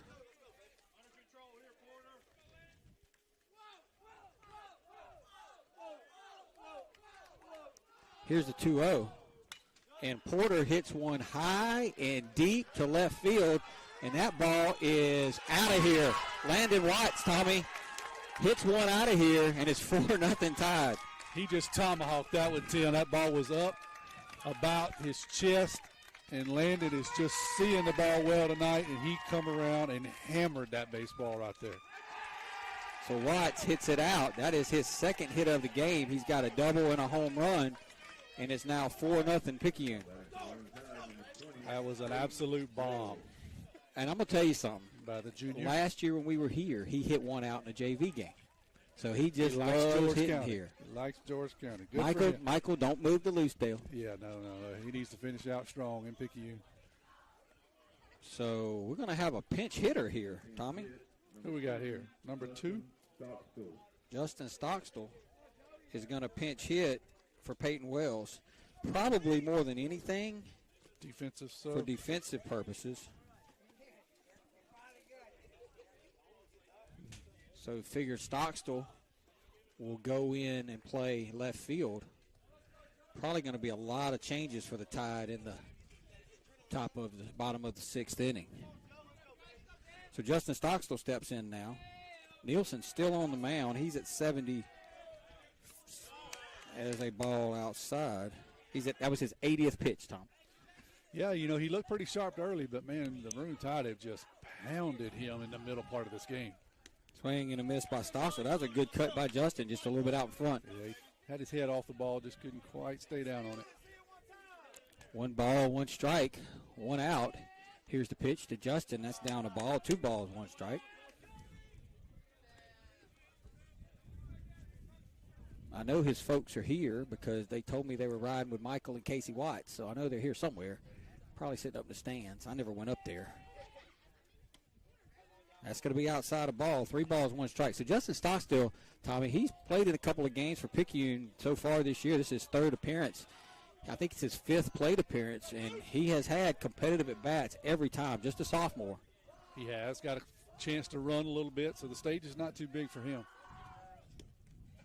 He's going to take down the ball, and that'll be a walk, and the Tide will have a base runner now with Parker Helton, and if Parker can get on, we'll be back at the top with Jamie. Just wonder how long George County will stay with this guy. I would have thought that base on balls right there would have chased him, but I don't really see any activity. They don't really have a bullpen. If you look, Tommy, down there, down at the very corner, they got some guys standing there. I think they're warming up in there. Got you. They're inside their facility. I think so. I think so. Yeah, they're looking out like they're looking for a signal. Yep. Here's the pitch, and Parker's going to swing and foul it off. Parker helped him right there. Yeah, I think that was ball 5 in a row. Yep. No balls and 1 strike. Well, would love to keep it going here with only 1 out. Justin Stockstill is at first base. He drew a 1-out walk. Here's the pitch to Parker. That's going to be up a ball. Justin Stockstill, they throw behind him. He's back. 1 ball, 1 strike. The Tide got 2 in the 1st, 1 in the 4th. Now they got 1 in the 6th, and they lead it 4-0. And they hit here with 1 out. Here's the pitch to Helton. He shows bunt, pulls back. The throw down's going to be, got him. So Evan Nicholson is irate with Parker Helton. That must have been a hit and run that got the hitting part of that, huh? Yes. Coach Nicholson is irate with Parker. So yeah, you leave a man out to dry there if you do the hit and run and you don't do your part. That's going to be outside a ball. 2 balls, 2 strikes. Parker showed bunt, pulled back. All I can figure is Evan gave the hit and run on the 2-1 count, or the 1-1 count. Evan gave the hit and run. Parker thought it was bunt. Yeah. And it was just a mix-up in the signals. And Freifogel threw Justin out, but Justin, to his credit, it was close. Yeah, it was bang-bang out there, but Freifogel's got a pretty good arm. He had a great throw there. But now there's 2 outs. Probably be a little intense moments of fellowship when Coach Evan gets back in the dugout. I'm showing a 2-2 count. The board's showing 3-1, Tommy. I'm not sure what 2-2. it is. Yeah. We were both wrong. So it is So now it's full up? Yep, full up now. 3 balls, 2 strikes, 2 outs. Here's the payoff to Helton. Swing and a miss. So the Tide come up empty. 1 run, the home run by Watts, 1 hit, no errors. We go to the bottom of the 6th. 4-0 Maroon Tide.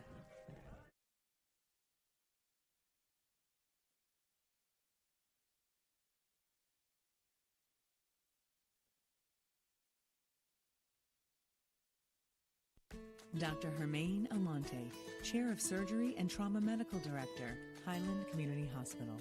Over the last 10 years, the Highland Surgery Department have grown exponentially. We have been able to add multiple services to our surgery department, which includes urology, general surgery, advanced laparoscopic surgery, ENT, as well as ophthalmology. Highland Community Hospital, here when you need us most. For more information, go to highlandch.com. Craving a breakfast toaster or French toast sticks? Make it a meal and step up your breakfast with tots and a cold beverage. Sonic Drive-In has the perfect portable breakfast, and it's the perfect way to start your day. And at Sonic Drive-In in Picayune, you can stop by anytime because breakfast is served all day. Sonic Drive-In of Picayune on Highway 11 just north of Highway 43 North. Start your day Sonic style with happy eating at its best. That's what you get at Sonic Drive-In of Picayune. Destination delicious. Tommy, we head to the top of the 6th. Paul's Pastry Trivia time, bottom of the 6th. I'm sorry, I didn't do it in the 5th. 601-273-0649. 601-273-0649. 601-273-0649. Text your name and your answer. So here it goes. Last year in the first round of the playoffs, Game 3, Chris Davis hit a 2-run homer, which proved to be the difference against West Jones in a tied 2-1 victory in Game 3. Who was on base when Chris hit the home run? Who was the timeman on base when Chris hit the home run? 601-273-0649. Brady's pitch to Freifogel is a swing and a miss. No balls and 1 strike. Real surprised Brady's back out there, Tom? Yeah, I think so, but I know Coach Evan told Kyler to get ready, so he is ready. I think Brady has a very short leash here. I guess that was a ball. Yeah. 1 ball, 1 strike. Nobody on this side understood exactly what the call was, but it was a ball. 1 ball, 1 strike. 601-273-0649. Who was a base runner when Chris Davis hit the 2-run homer last year against West Jones to win the series in the first round of the playoffs? 2 balls, 1 strike. Now, the first pitch of every half inning, Tommy, is brought to you by FNB Picayune, your hometown bank, where the customer is always first. Go by and see Chantel Thady at the West Canal branch for all your banking needs. Here is the 2-1. It's going to be down a ball, 3 balls and 1 strike. Kerry wants me to remind everybody the basketball game to follow us. So the basketball game will be on right after we're done here. Here's the 3-1 to Freifogel, swinging a line drive into left field, and that'll be a leadoff single off the bat of Freifogel, and that's probably, well, I don't want to say anything. Stockstill got it in, and that'll be the 4th hit of the game for George County, and Coach Nicholson is headed to the mound. Tommy, I'm going to go ahead and play a commercial because I got a feeling he's making a change. I think you're right. You're listening to Maroon Tide Baseball.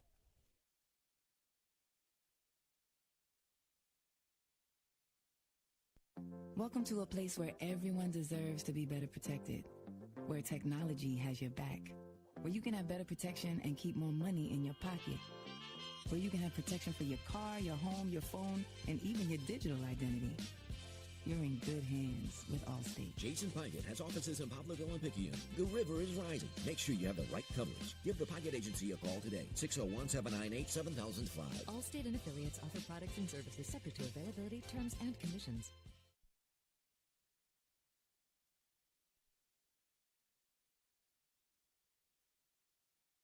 When you wake up with an aching back or sore neck, Dr. Debbie Moore with Moore Chiropractic Clinic suggests you consider making simple changes in your sleeping position to alleviate unnecessary strain on your body. According to the American Chiropractic Association and Dr. Debbie Moore, it's best to sleep on your back or side because laying on your back or side allows your head, neck, and spine to relax into their natural alignment. This will help you wake up pain-free and feeling rejuvenated. Moore Chiropractic Clinic. We've got your back.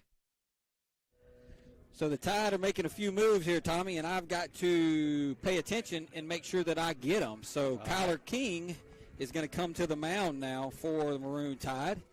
And Colt Robertson, the freshman, is going to go out and play shortstop. That is a move that we saw back in the second game of the season when Picayune played Hancock. So Robertson's going to go to shortstop. King will come to the mound.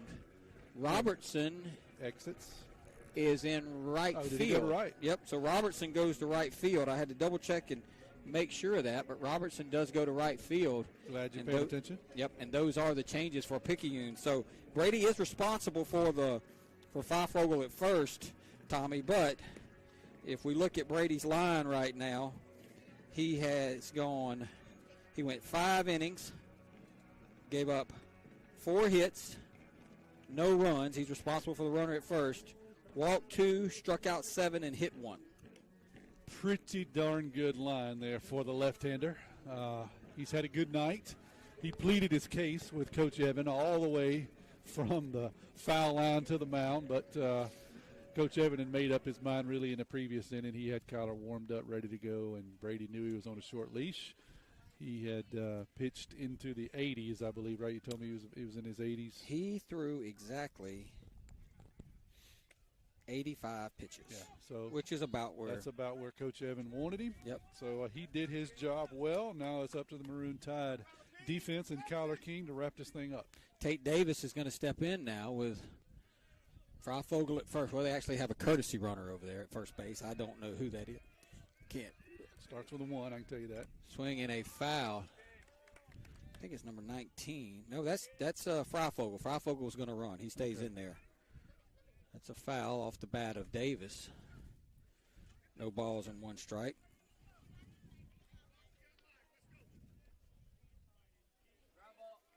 Reminder, the Tide basketball team will be playing in the 3rd round of the playoffs. Kerry said probably about 20 minutes away. All right. We can sneak this one in, I believe. Here's the 0-1 from King to Davis. Swing and a miss. No balls and 2 strikes, and they threw behind a runner, and Morgan's convinced he got him out, but the umpire said no. It's a good snap throw there by Landon. Good tag by Morgan. Yeah, Morgan didn't complain too much. I think he tried to sell it more than anything. Well, that's what he's supposed to do. That's his job. No balls, 2 strikes to Davis. Here's the pitch. Watts held it out there for the longest time, did not get the call. Yeah. Watts has turned around and looked at the umpire just like, where'd that miss? Coach Nicholson is like, Coach Nicholson's aggravated. 1 ball, close. 2 strikes. Good pitch. Good 0-2 pitch. King comes set. Swinging a pop-up. Jamie Lumpkin going to go back pedal, and make the play, and that'll be the first out of the inning as Davis pops up to Lumpkin. That's what we needed there. Getting out. Kyler is, and I know you've heard me say this a million times, but Kyler feeds off of his curveball. If he's got his curveball working, he's tough to hit. When he's hittable is when he just can't locate his curveball. Right. Yeah, his fastball is fairly flat, but when he's got that breaking pitch mixing in, you're right, it's pretty deadly. Ben Davis is going to pinch hit. So I do have a winner in the trivia. I'll let everybody know. All right. And I'll give everybody, a lot of people guessed. But we do have a winner. Here's the pitch. Ball outside, 1 ball, no strike. So Chris Davis hit a 2-run homer last year in Game 3 of the playoff for the Tide to beat West Jones and advance to the second round. And the man on base was Justin Stockstill. Little Maroon Tide trivia. Called not a strike. Ball. 2 balls, no strike. Coach Nicholson's like, where's that missing? Answered correctly by Seth Hayden. So Coach Hayden answered the trivia question correctly. The answer was Justin Stockstill. And Coach Hayden, you have to go to the radio station, pick up your gift card, and take it to Paul's Pastry. And there's another pitch that I guess misses, and it's 3-0 now. Kyler's just shaking his head on the mound. I mean, those are 3 borderline pitches. Yeah, we didn't get any of them. Again, it's hard for us here in this view to get a a good view left and right. There's a called strike, 3 balls and 1 strike. I think Coach Evan would have cut a double backflip if he'd have called that one a ball. Davis is hitting in the 5-hole. He's hitting for Nielsen, the pitcher.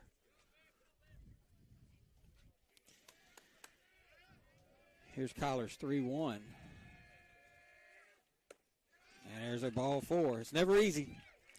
It's never easy. So now 2 men are on. Coach Nicholson's aggravated, shaking his head. You know, wasn't a whole lot of complaints from Watts, you know, towards the umpire, but, you know, you never really want your catcher to complain anyway. That's right. Yep, that's not his job to complain. So that'll bring up Tanner Odom now with 2 men on. Tide lead at 4-0. We play here in the bottom of the 6th. Just need another one of them pop-ups. Got any more of them pop-ups? Kyler's going to step off. Carter's Jewelers, Carter's Diamond Jewelers was a Touchdown Club sponsor of the game tonight.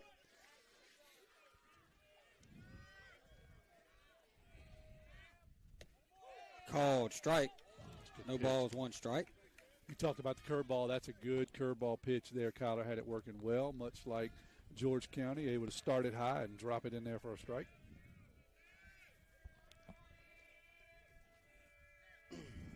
Here's the 0-1 to Odom. Swing and a miss. 0-2.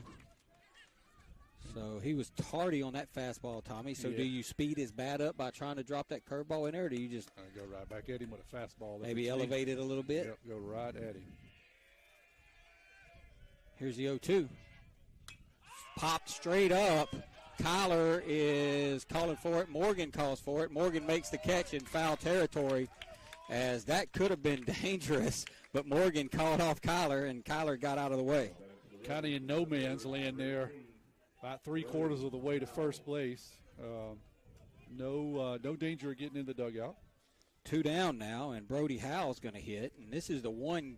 I don't want to say that. They're a good baseball team, but this is one of the guys you really don't want to see in this spot. So there's 1 minute left in the game ahead in front of Tide game at Pearl River Community College. And they'll have to swap and do a little warm-up, so you still got a few minutes. Yeah. We're still trying to sneak this one in. So Brody Howell, he has singled and struck out, and he takes down a ball, 1 ball, no strikes. We're in the bottom of the 6th. Tide lead at 4-0. Picayune have out-hit them 8-4. But George County's got a little something cooking here with 2 men on and 2 outs. And a pretty good hitter at the plate. Yes, Fryfogel's out at second. He singled to start the inning. Swing and a miss. 1 ball, 1 strike. Over at first base is Davis. He drew the walk as a pinch hitter.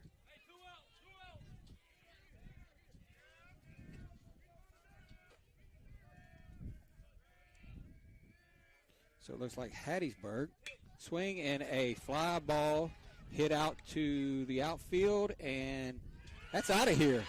Brody Howell hits it out of here, and makes it 4-3 as it just kept carrying, Tommy, and I don't know. I think he might have hit a breaking ball. Yeah, he definitely got the advantage of the wind. He hit the ball pretty well, but it wasn't hit that hard. But the wind is whipping right now straight out into left center field, and he got it up in the jet stream, and it carried it right on out. So that makes it 4-3 now. The Tide still lead it by a run. But the base on balls is really the big problem with this inning when the pinch hitter Davis drew the walk, and that allowed Howell to come to the plate with this inning with 2 men on. And like we said, he's, one of the guys that you didn't want to see. Yeah, especially with a couple guys on, and Kyler got a pitch that was elevated just a bit. Howell made him pay for it. But the Tide still lead by a run, 4-3. There's 2 outs, so we just got to make a pitch here and get out of this 6th. That's going to be down a ball, 1 ball, no strikes. So Robertson, you can close the book on him. He will give up the 1 earned run. But a heck of an effort. It was.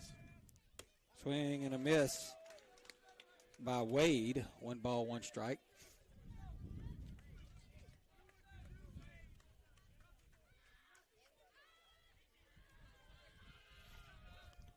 Here's the 1-1 from King. That's going to be way upstairs a ball. 2 balls and 1 strike.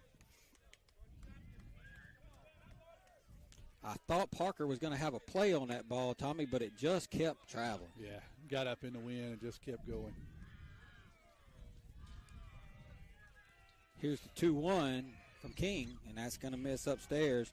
3 balls and 1 strike. And if there's one issue, you know, that we've got to figure out with Picayune, it's, you know, getting those last outs of the games. You know, yeah, Tanner and Brady have done a great job, you know, getting towards the end of the games. But, you know, we've got to be able to finish them out. Kyler was able to finish out Hancock last week.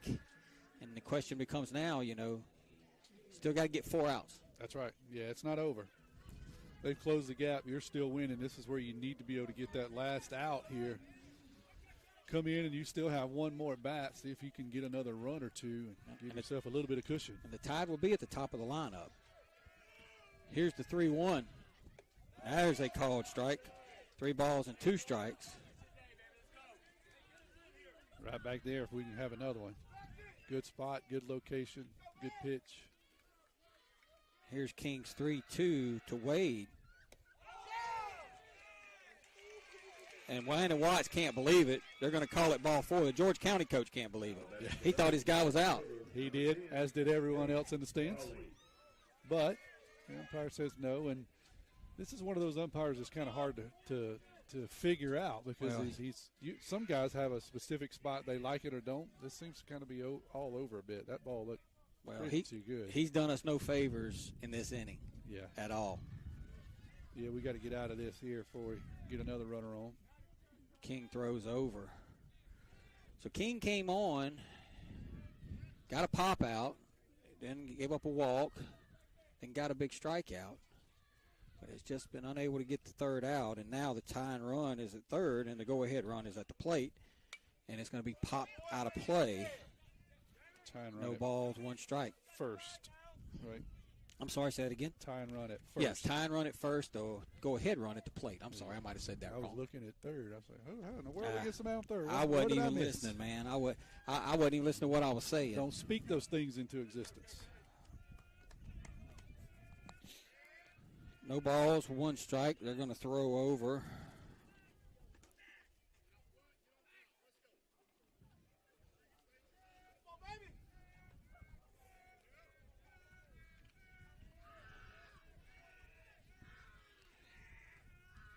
I don't think they're going to run here. This is their 9-hole hitter. And he tries to bunt and comes up empty. No balls, 2 strikes. And the reason that I say I don't think they're going to try to run is you don't want to run yourself out of this inning and have to lead off to 7th with your 9-hole hitter, I wouldn't think. Yep, I'm with you. So no balls, 2 strikes, 2 outs. Here's the pitch. Called, strike 3, and that'll do it for George County, but not before they pick up 3 runs on 2 hits. There were no errors. We go to the 7th. Picayune 4, George County 3. You're listening to Maroon Tide Baseball.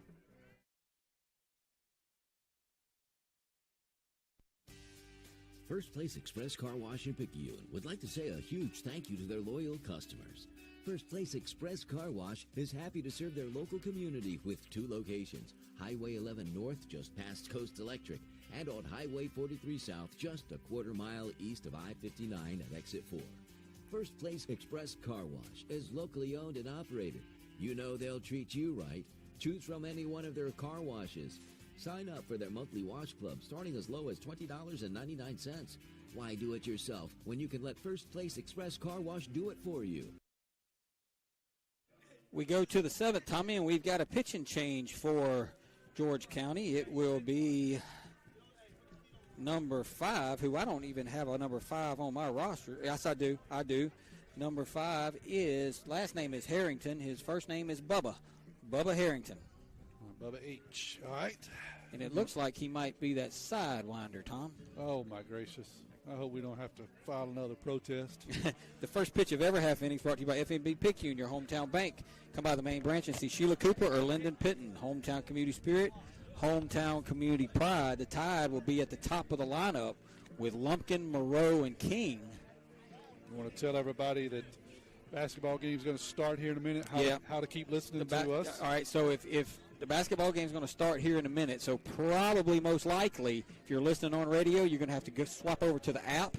You can just get the WRJW app on your phone and click on Sports Audio, Live Events, and choose our game.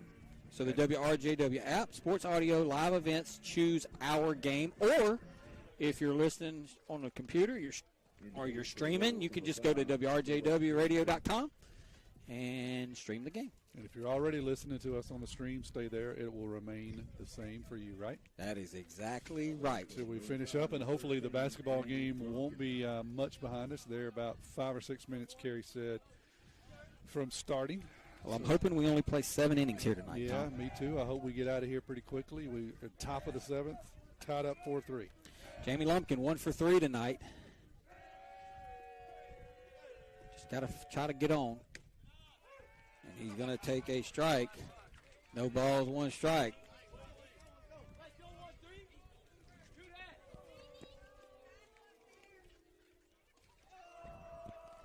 Here's the 0-1 to Lumpkin.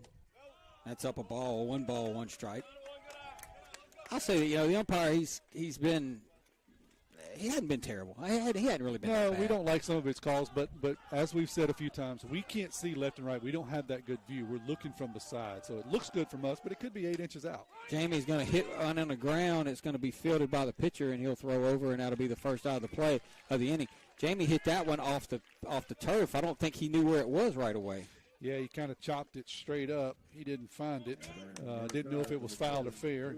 Didn't get a good start out of the batter's box. Cooper Moreau going to step in now.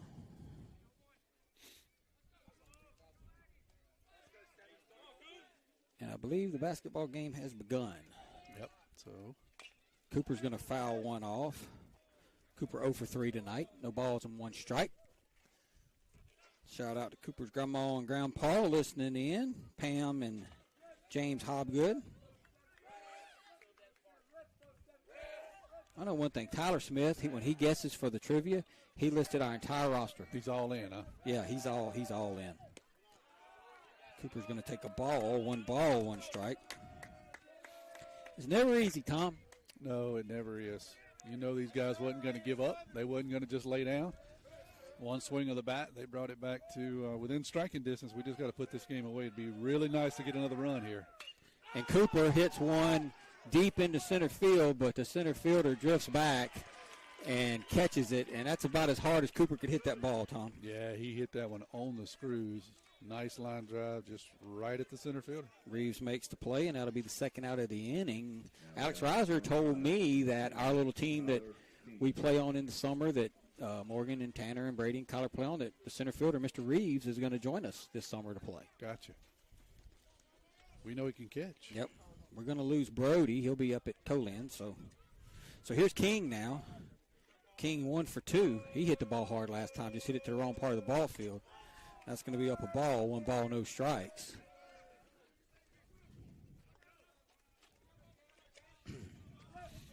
Like to see Kyler find a gap here, Tommy. It would be nice. He can motor, too, if he gets a little momentum. That's up a ball, 2 balls and no strikes. He might get one to hit here, 2-0. So Brady Robertson gave up 1 run. He is the pitcher of record. He stands to win this game if the Tide can close it out. Here's the 2-0, swinging a foul. Went off speed with him, 2-0, kind of pitched him backwards. He was out in front. Yeah, Kyler was waiting on that one. He had big eyes, 2-0. He was out in front, as you said. Hits it down the third base line, foul. Lord, love to see him get on. That would bring on the hottest hitter in the Maroon Tide lineup, Mr. Kraft. He's been seeing the ball very, very well the last 2 games. I want to remind everybody that Picayune tomorrow morning is no rest for the weary. They'll be back up at the field at 8 o'clock. They'll be headed to Hancock probably around 9:30. And JV game at 11 and a varsity game at 1. And have that on the app for you. Here's the 2-1 to Kyler. That's going to be down a ball, 3 balls, 1 strike. Tommy, you going to be there tomorrow or no? I will not. Tommy will not be joining me tomorrow. So I'll be flying solo. When you're at your best, I just hold you up here. That's all I do. Hold you back. So 3 balls, 1 strike. Kyler's looking for something here that he can put over that left field wall, Tom. All you got to do is get it up in the air. And he's going to draw a walk. So King draws a walk. And that'll bring up Kraft now. Kraft is 3 for 3. He singled to left twice and singled to center. Now batting for the Maroon Tide, number 12, Morgan. Now if you're Coach Nicholson, you're really in a dilemma because you would like to get Kyler to second base. But if he steals second, they'd probably just walk Morgan unless, at this point, unless, the count favored them at that point in time. I agree. I think you probably just don't try to take the bat out of Morgan's hand, let him swing it. And there's a fastball called strike. Morgan's done a pretty good job of jumping on the first pitch tonight. But yeah, he's got these morphodite pitchers in here throwing the ball down sideways. He takes a little bit to eye him up. I'm with you, Morgan. Here's the 0-1 to Kraft. And he got in on him, and he fouls it straight back. So now it's 0-2. So Morgan's going to have to dig in now, Tommy. Yeah, you see, he hadn't thrown a lot of off-speed pitches, other than looks like maybe a straight change. So we'll see what he does here. Ahead 0-2. Harrington looks in to get his sign. He comes set now. He brings steps back, steps off.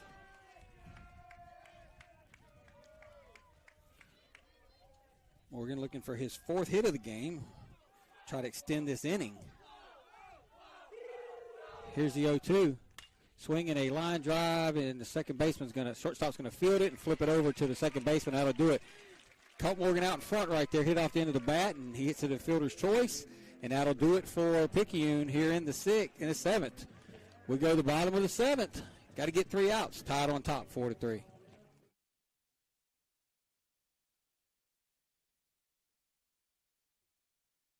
Pearl River Community College has been providing a quality education to the people of South Mississippi and beyond for the past 110 years. If you or a family member is an alumnus of this great institution, we invite you to support future PRCC students through the PRCC Foundation Scholarship Program. Honor or memorialize a loved one or identify your support for the college by creating a scholarship through the PRCC Foundation with your tax-deductible financial gift. Call Delana Harris with the PRCC Foundation office at 601-403-1191 and make a financial investment in a young person's future at Pearl River Community College.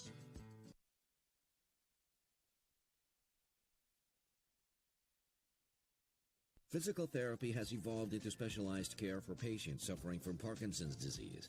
Dr. Jameson Dodd with Dodd Therapy Center in Picayune is LSVT Big certified for treatment of Parkinson's disease. LSVT Big trains people with Parkinson's to use their body more normally and improves movements for any activity, whether small motor tasks like buttoning a shirt or large motor tasks like getting up from a sofa or chair or maintaining balance while walking. Give Dodd Therapy Center a call today at 769-242-2636 or stop by at 405 Memorial Boulevard in Picayune. We head to the bottom of the 7th, tied on top 4-3, and they'll be at the top of their order. Gage Reeves, the center fielder I was telling you about, Tommy, he's 2 for 2. He has been on base twice with a hit, and he has drawn a walk. So, I'm sorry, he's 2 for 2. I think this is his 4th at bat. 2 for 2 and drawing a walk. I want to remind everybody the first pitch of every half inning is brought to you by FNB Picayune, where I always put you first. Stop by the South Branch on Memorial Boulevard and see Tracy Acker for all your banking needs. So, here we go, Tom. Bottom of the 7th. King trying to nail it down for Robertson. Time to break this streak up here. And there is a fly ball out to left field. And Justin Stockstill makes the play. 1 pitch, 1 out. That's the way we like it. That's the way we like it. Tell you what, anything hit that way in the air, you got to kind of hold your breath. Got to hold your breath. That's exactly what I was going to say. That'll bring up Eubanks now. And he is 0 for 3. No reason to change it now? No. He can start a new streak tomorrow. Going to be up a ball, 1 ball, no strikes.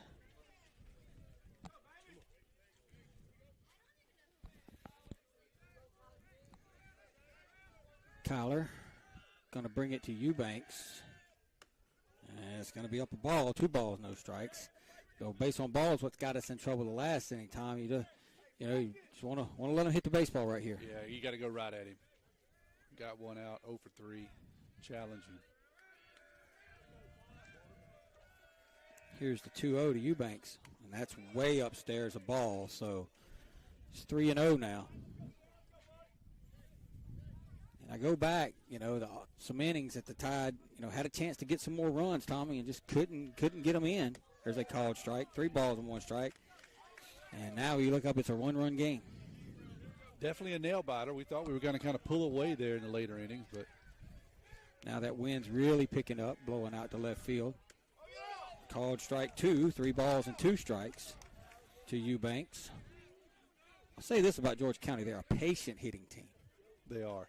They definitely are. Here's the 3-2 to Eubanks.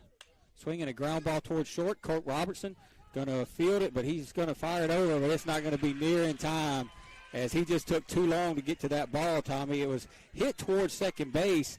Colt kind of came around it instead of kind of cutting across the diamond, and by the time he fielded, he just couldn't make the throw. Yeah, you're right. It just didn't have much of a sense of urgency there.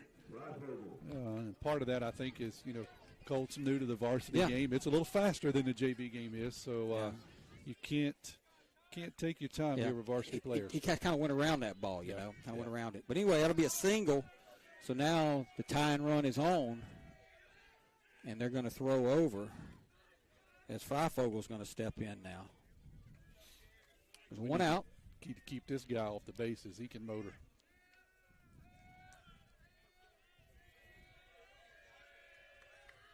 Swing and a miss. Good breaking pitch there by King. You wonder if Eubanks will try to run here, try to get to second base. This is number 3 hitter? Yes. If they could pick the breaking ball to run on, they'd have a shot. Yeah. And he throws back over. Tide about hit him, 8-6, leading the score 4-3. There's only been one error, and it was committed by George County. Here's the 0-1. It's going to be upstairs a ball. And Watts threw behind the runner. He was back. I couldn't see it. Yeah, it looked like it was the right call over there. 1 ball, 1 strike. Morgan doing his best DeWitt impression over there, putting a hard tag on him at first. Yeah. Here's the 1-1. Swing and a miss. That was that curveball. 1 ball and 2 strikes. Kyler fools a lot of people with that breaking pitch. It looks just like his fastball, but, man, it's 15, 20 miles an hour slower, and he does a good job, and he can mix it in. 1 ball, 2 strikes now to Freifogel. Here's King's pitch. That's going to be upstairs a ball, 2-2.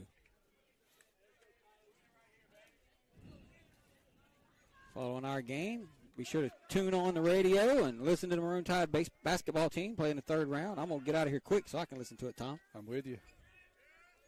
Here's the 2-2 to Freifogel.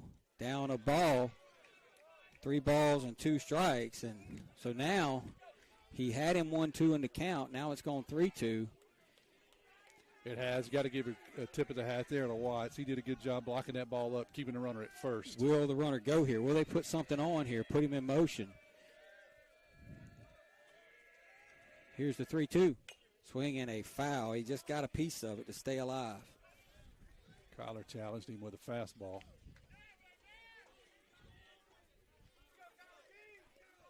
And it stays 3 balls and 2 strikes.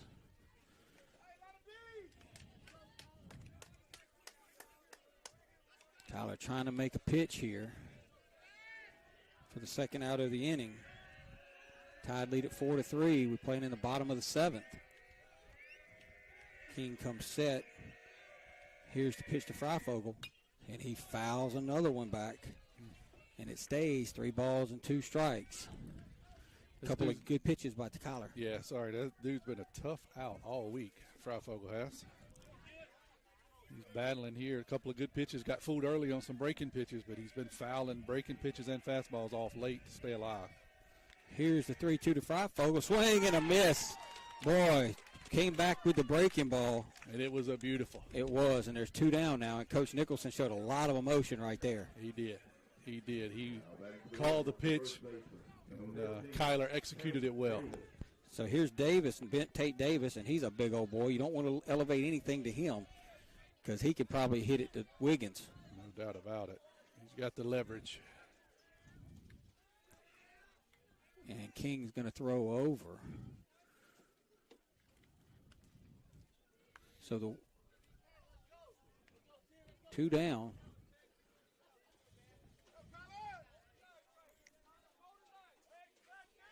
Kyler trying to nail it down. Eubanks is at first as he's single. There's a ball up. 1 ball, no strikes. And that's saying something when you got a ball up on this dude. Yeah. Your release point was all jacked up when you throw one high to him.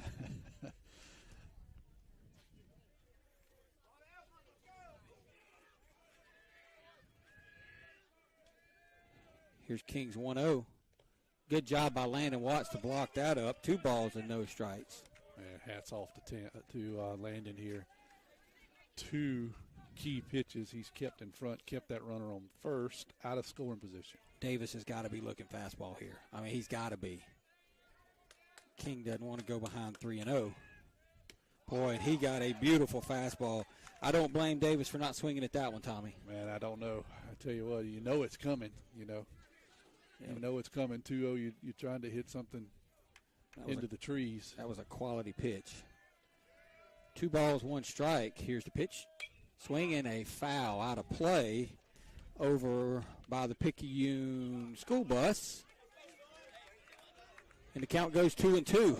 So, Tommy, I expect Kyler to throw that curveball right now. Let's see what he does here. He's got really anything available to him. Had to break and pitch.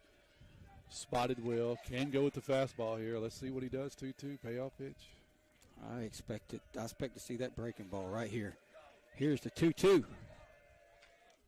Called strike 3, fastball, and that'll do it as Kyler King nails it down for the Maroon Tide. Tommy, that was paint. It was there at the knees on the outside corner.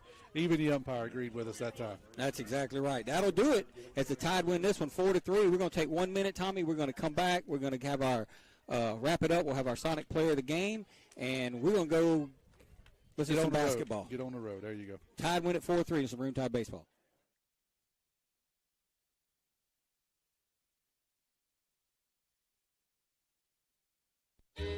You can say goodbye to the guesswork. We make it easy as 1, 2, 3. When you come by Papa's Camper City for a trailer or RV. Hey friends, Pawpaw's Campers will be hosting their open house RV sales event beginning February 23rd through Saturday, March 4th. Pawpaw's Campers will have many new 2022 models on sale with the entire factory warranty remaining, plus a great selection of new 2023 models. Don't miss it. Pawpaw's Campers open house RV sales event beginning right now through Saturday, March 4th. Don't wait long, they'll soon be gone. Pawpaw's been making customers happy for a long, long time. Having fun, selling fun. Great service, great price, now isn't that nice? You're gonna love the way we deal. Papa's Camper City and Picayune. Yeah, boy. Yes, sir, yes, ma'am. You're gonna love the way we deal. That's a good RV, Pawpaw. Tim Kraft, Tommy Upton back here at Loosedale as the Tide complete the sweep of George County this week by the score of 4-3. Tommy, a well-played game by Picayune. It was defensively, and we hit the ball well. A heck of a game by Brady Robertson. I tell you what, this is a tough player of the game. You got Morgan, who went 3 for 4 tonight, but I'm going to lean with Brady. I just can't take it away from him with his pitching performance tonight. I know you've got his line. You can read it for us, but he was outstanding all night long. He was dealing there in the later part of the innings. Had a little bit of, I wouldn't call it a struggle, but he took him a little bit to get settled in early, but, man, once he settled in, he was something, and he got some support from the core of the Maroon Tide lineup. I mean, it was just a really well-played game. No errors by the Maroon Tide. I think it was very well played. 5 innings, 4 hits, 1 run from Brady, walked 2, struck out 7. He'll be our Sonic Player of the Game. Morgan Kraft goes 3 for 4, a little honorable mention, and Landon Watts, the home run he hit in the 6th inning, Tommy, proved to be the game winner. So huge. Just all the way around, good baseball by the Tide. Tommy, we've kind of been watching this group for a couple of years, went through some struggles, get a little bit better, and, it looks like maybe, just maybe, I don't want to put the cart before the horse, but that's right. It looks like they're starting to put it together. No, you're exactly right. Don't want to get too far ahead of ourselves. We're just in the second week of the season, but I really like the progress from the first game of the season until tonight. We're looking like we're gelling. Our pitching is starting to come together. We're hitting the ball well. So I really like where we are at this point in the season. I do too. So that'll do it. Picayune wins at 4-3 over George County. I'll be back tomorrow. I'll be on the air at 12:50 as the Tide. It'll be the app only in the portal. The Tide will take on the Hancock Hawks from Hancock, and flip on over and listen to some basketball. Final score for the Tommy, you got anything to say? Roll Tide. It's Tommy Upton. I'm Tim Kraft. Final score from Final Tide. Picayune 4, George County 3. Good night.